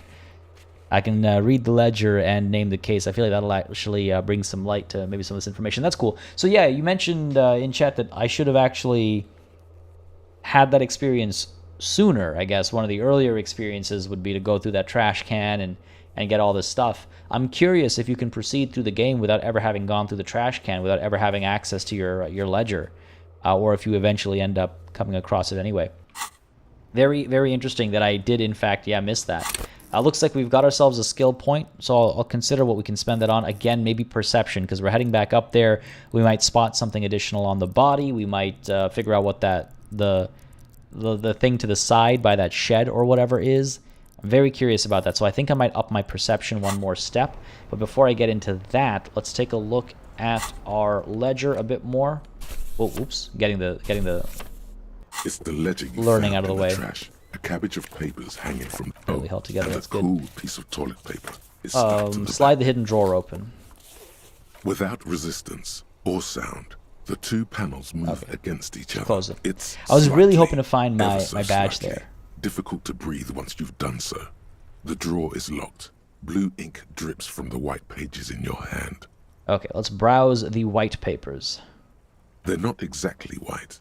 They're yellowed in patches by sunlight and alcohol, and covered in dense blue handwriting. Ink escapes into watercolor patterns, reaching its tendrils across entire pages. The paper itself is checkered, with faint red lines, forming short paragraphs. Once in a while, there's a red stamp that exclaims, "Case files commit to paper." The case files themselves are plenty. You count more than 100 sodden, crumpled up, earmarked pages falling apart in your hands. They appear to be sufficiently organized and extremely dense, if mostly illegible. Well, what's in there? What are they about? Work, strife, poverty, the Jamrock Quarter. These are handwritten logs of investigations dating back to January 51, this year. The exact number is hard to estimate due to missing pages and an odd naming convention. But there are at least 20, maybe 30 cases undertaken, not completed, mind you. It's the middle of March. You have attempted 2 cases a week on average. I mean, is 2 cases a week a good caseload, Lieutenant? Huh? 2 complex cases to undertake is a lot, yes. You really have to push yourself. I would not suggest it, lest you start making mistakes. 2 cases a week appears to have been my load, Lieutenant. I'm not sure I completed them, though. That's a lot. This kind of caseload would explain your solved cases tally on the watermark. I didn't mean to say you are making mistakes, by the way. That was presumptuous of me. I'm sure I made plenty of mistakes. It's okay. We all make mistakes. A little bit of vulnerability, like you said, right? Character development is an option always. Like a fan of girls, the checkered papers dry in your hand. The handwriting is extremely dense, if mostly illegible. There was mention of naming convention here. That sounds like a surefire way to get burned out. What? What do you mean? Being overworked is a way to get burned out? I don't understand this concept. Whatever could you mean? No, it's definitely...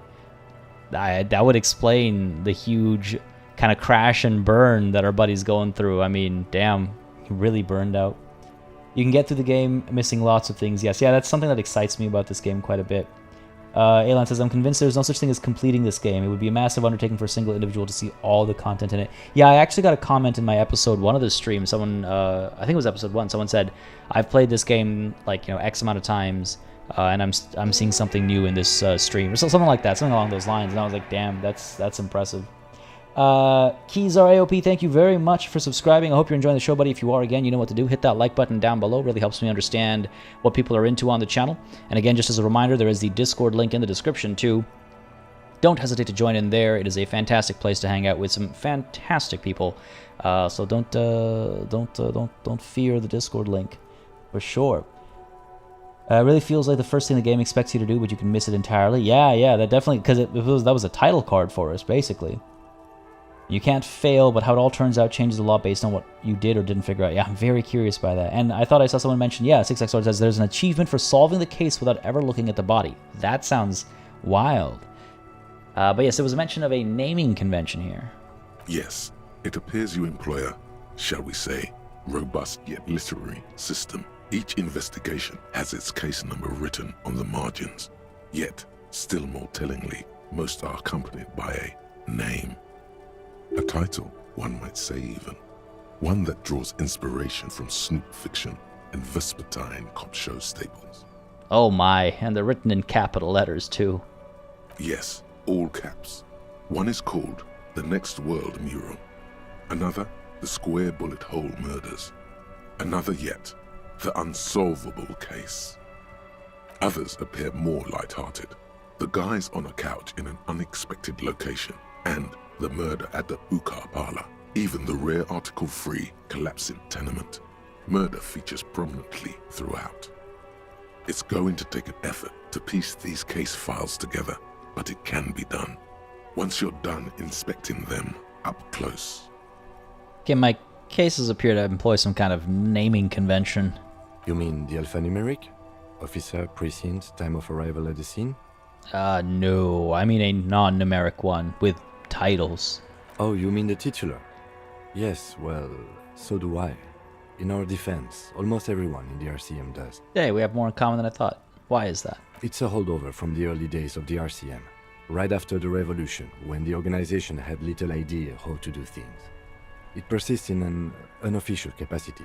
Officers use these titles to refer to their work among themselves. I seem to have named a case of the Square Bullet Hole Murders. Again, in your defense, I seem to have named one the man with the hole in his head. That was a real person. His death was real. Still, I named it that, to amuse myself. Alright, yeah, Kim is great. Kim is great. I pray his loved ones never find out.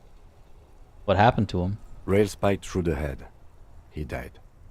It was a workplace accident. Jesus. Alright, well, I have to open an official case. Is there even room in here?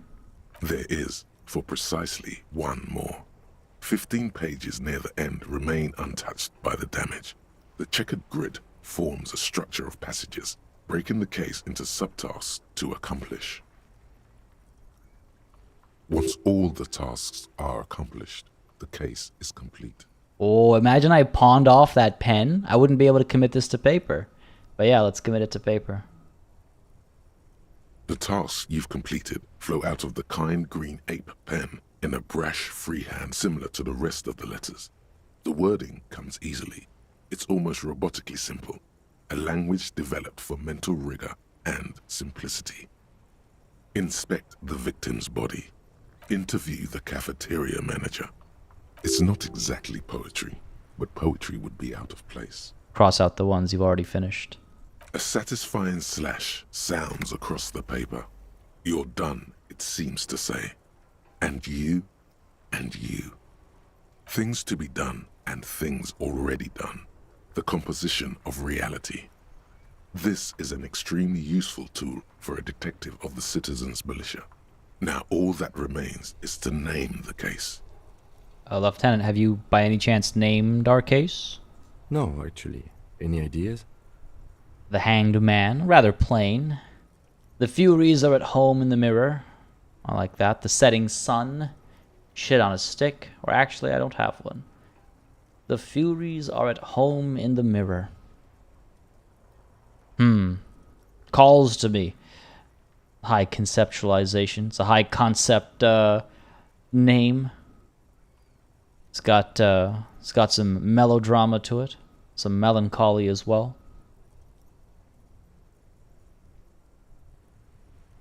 You misread 2 as the furries. Shit on a stick is perfect. That's if it was Kuno on the ground. Yeah. The Furies are at home in the mirror. It's the original name for the game. What, shit on a stick? I'm assuming you mean... Wait, the Hanged Man or the Furies are at home in the mirror? That's a wild title for a game. Let's go for it. Oh, this is a hard choice. Naming things is always a difficult choice, even when you have a handful of choices to pick from. Let's go for it. Sounds like me. like my detective, I mean. Furies.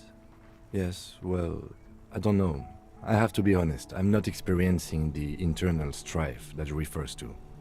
And also... I guess that's it. It's like, I think about when it talks about the mirror, right? I feel like this whole case and everything we've experienced so far is just a reflection of ourselves more than anything else. But go on. And also, he furrows his brow.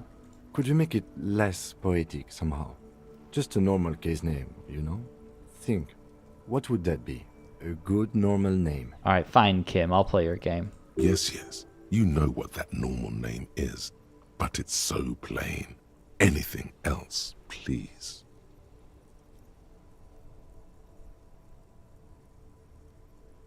Shit on a stick. Yes. I have to tell you, officer, I don't appreciate ironic titles. Other officers will have to use this as reference. If it's idiot or cockfinger, they're not going to get it. They're going to think an idiot and a cockfinger were on this case. So, do you have something less funny? Fine. Have it your way, Kim. I tried, folks. I tried. The Hanged Man. Great. That's great. That's actually what I was thinking too. The Hanged Man. Good, strong name. We have a very good name for the case now. Man. I'm going to start calling it the Hanged Man. It's good we sorted this out. Yeah, I wanted to get the task completed today. I'm done expecting these. Close the case files. You don't exactly close them, so much as distance yourself from the smelly papers. They're a little further from your nose now. Well, can I actually read the case files now?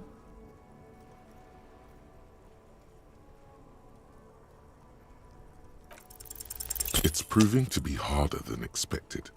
You just don't have the intellectual rigor to patch the quilt back together. Try again later. God damn it. Now the voice acting said something completely different from this. It's possible, yes, easy, no. You need to come up with a small archaeological system to reorder the remains of your past works. At the moment, all they do is fall apart in your hands. Some dates and the numeric titular system is all you have. I'm surprised we failed that. That actually felt like a high percentage chance of success. It really, yeah, my dice are really cursed today. Man, the dice gods are displeased with me, and I do not know why. Could browse the yellow papers before we're done with the ledger. We'll come back to this when our logic improves a bit. In the back, you see thin, translucent copy of paper. Some neon yellow, some bright red. All covered in boxes, like marching armies. These look like official forms, waiting to be filled out. Then rip them from the binder and hand them out, according to type of form. What types of forms are there? 3. The topmost are misconduct fines, the middle ones are station calls, and the bottommost are field autopsy forms. Each is easy enough to make sense of. You don't have to be an intellectual giant to do police work. Misconduct fine? A monetary penalization ranging from 20 to 250 real. Severe cases allow for 1,000 real, but that requires special paperwork. The details of issuing these fines are spread out over the rest of the fields, but they appear pleasantly vague. Oh my goodness, terrible. Station call. These are quite sinister in turn. They give a date and time for the person to appear at the specified precinct police station. Below the call are the criminal charges you risk by not appearing. All in a print so small it could be considered downright cute. I love our analysis of this authoritarian regime, it feels like. This field autopsy. We might actually need that one. A dozen pages of thin copy paper, bright red in color. You see the parameters of a deceased human form waiting to be filled in. Age, sex, condition of internal organs. Okay, enough of these. Yes, all that remains now is to fill those forms and hand them to people. Fines for wrongdoers, interview requests for bad guys, and field autopsies to dead guys. The rest of the stinking cellulose is much worse for wear. Being sandwiched between the board and the rest of the paperwork must have spared the fragile copier paper. Okay, we're good to put the ledger away, I think. And, I mean, I feel like that went pretty well. We have a skill point. We have, one skill point available, which we can, again, spend on perception before we go back up and try to investigate the body some more.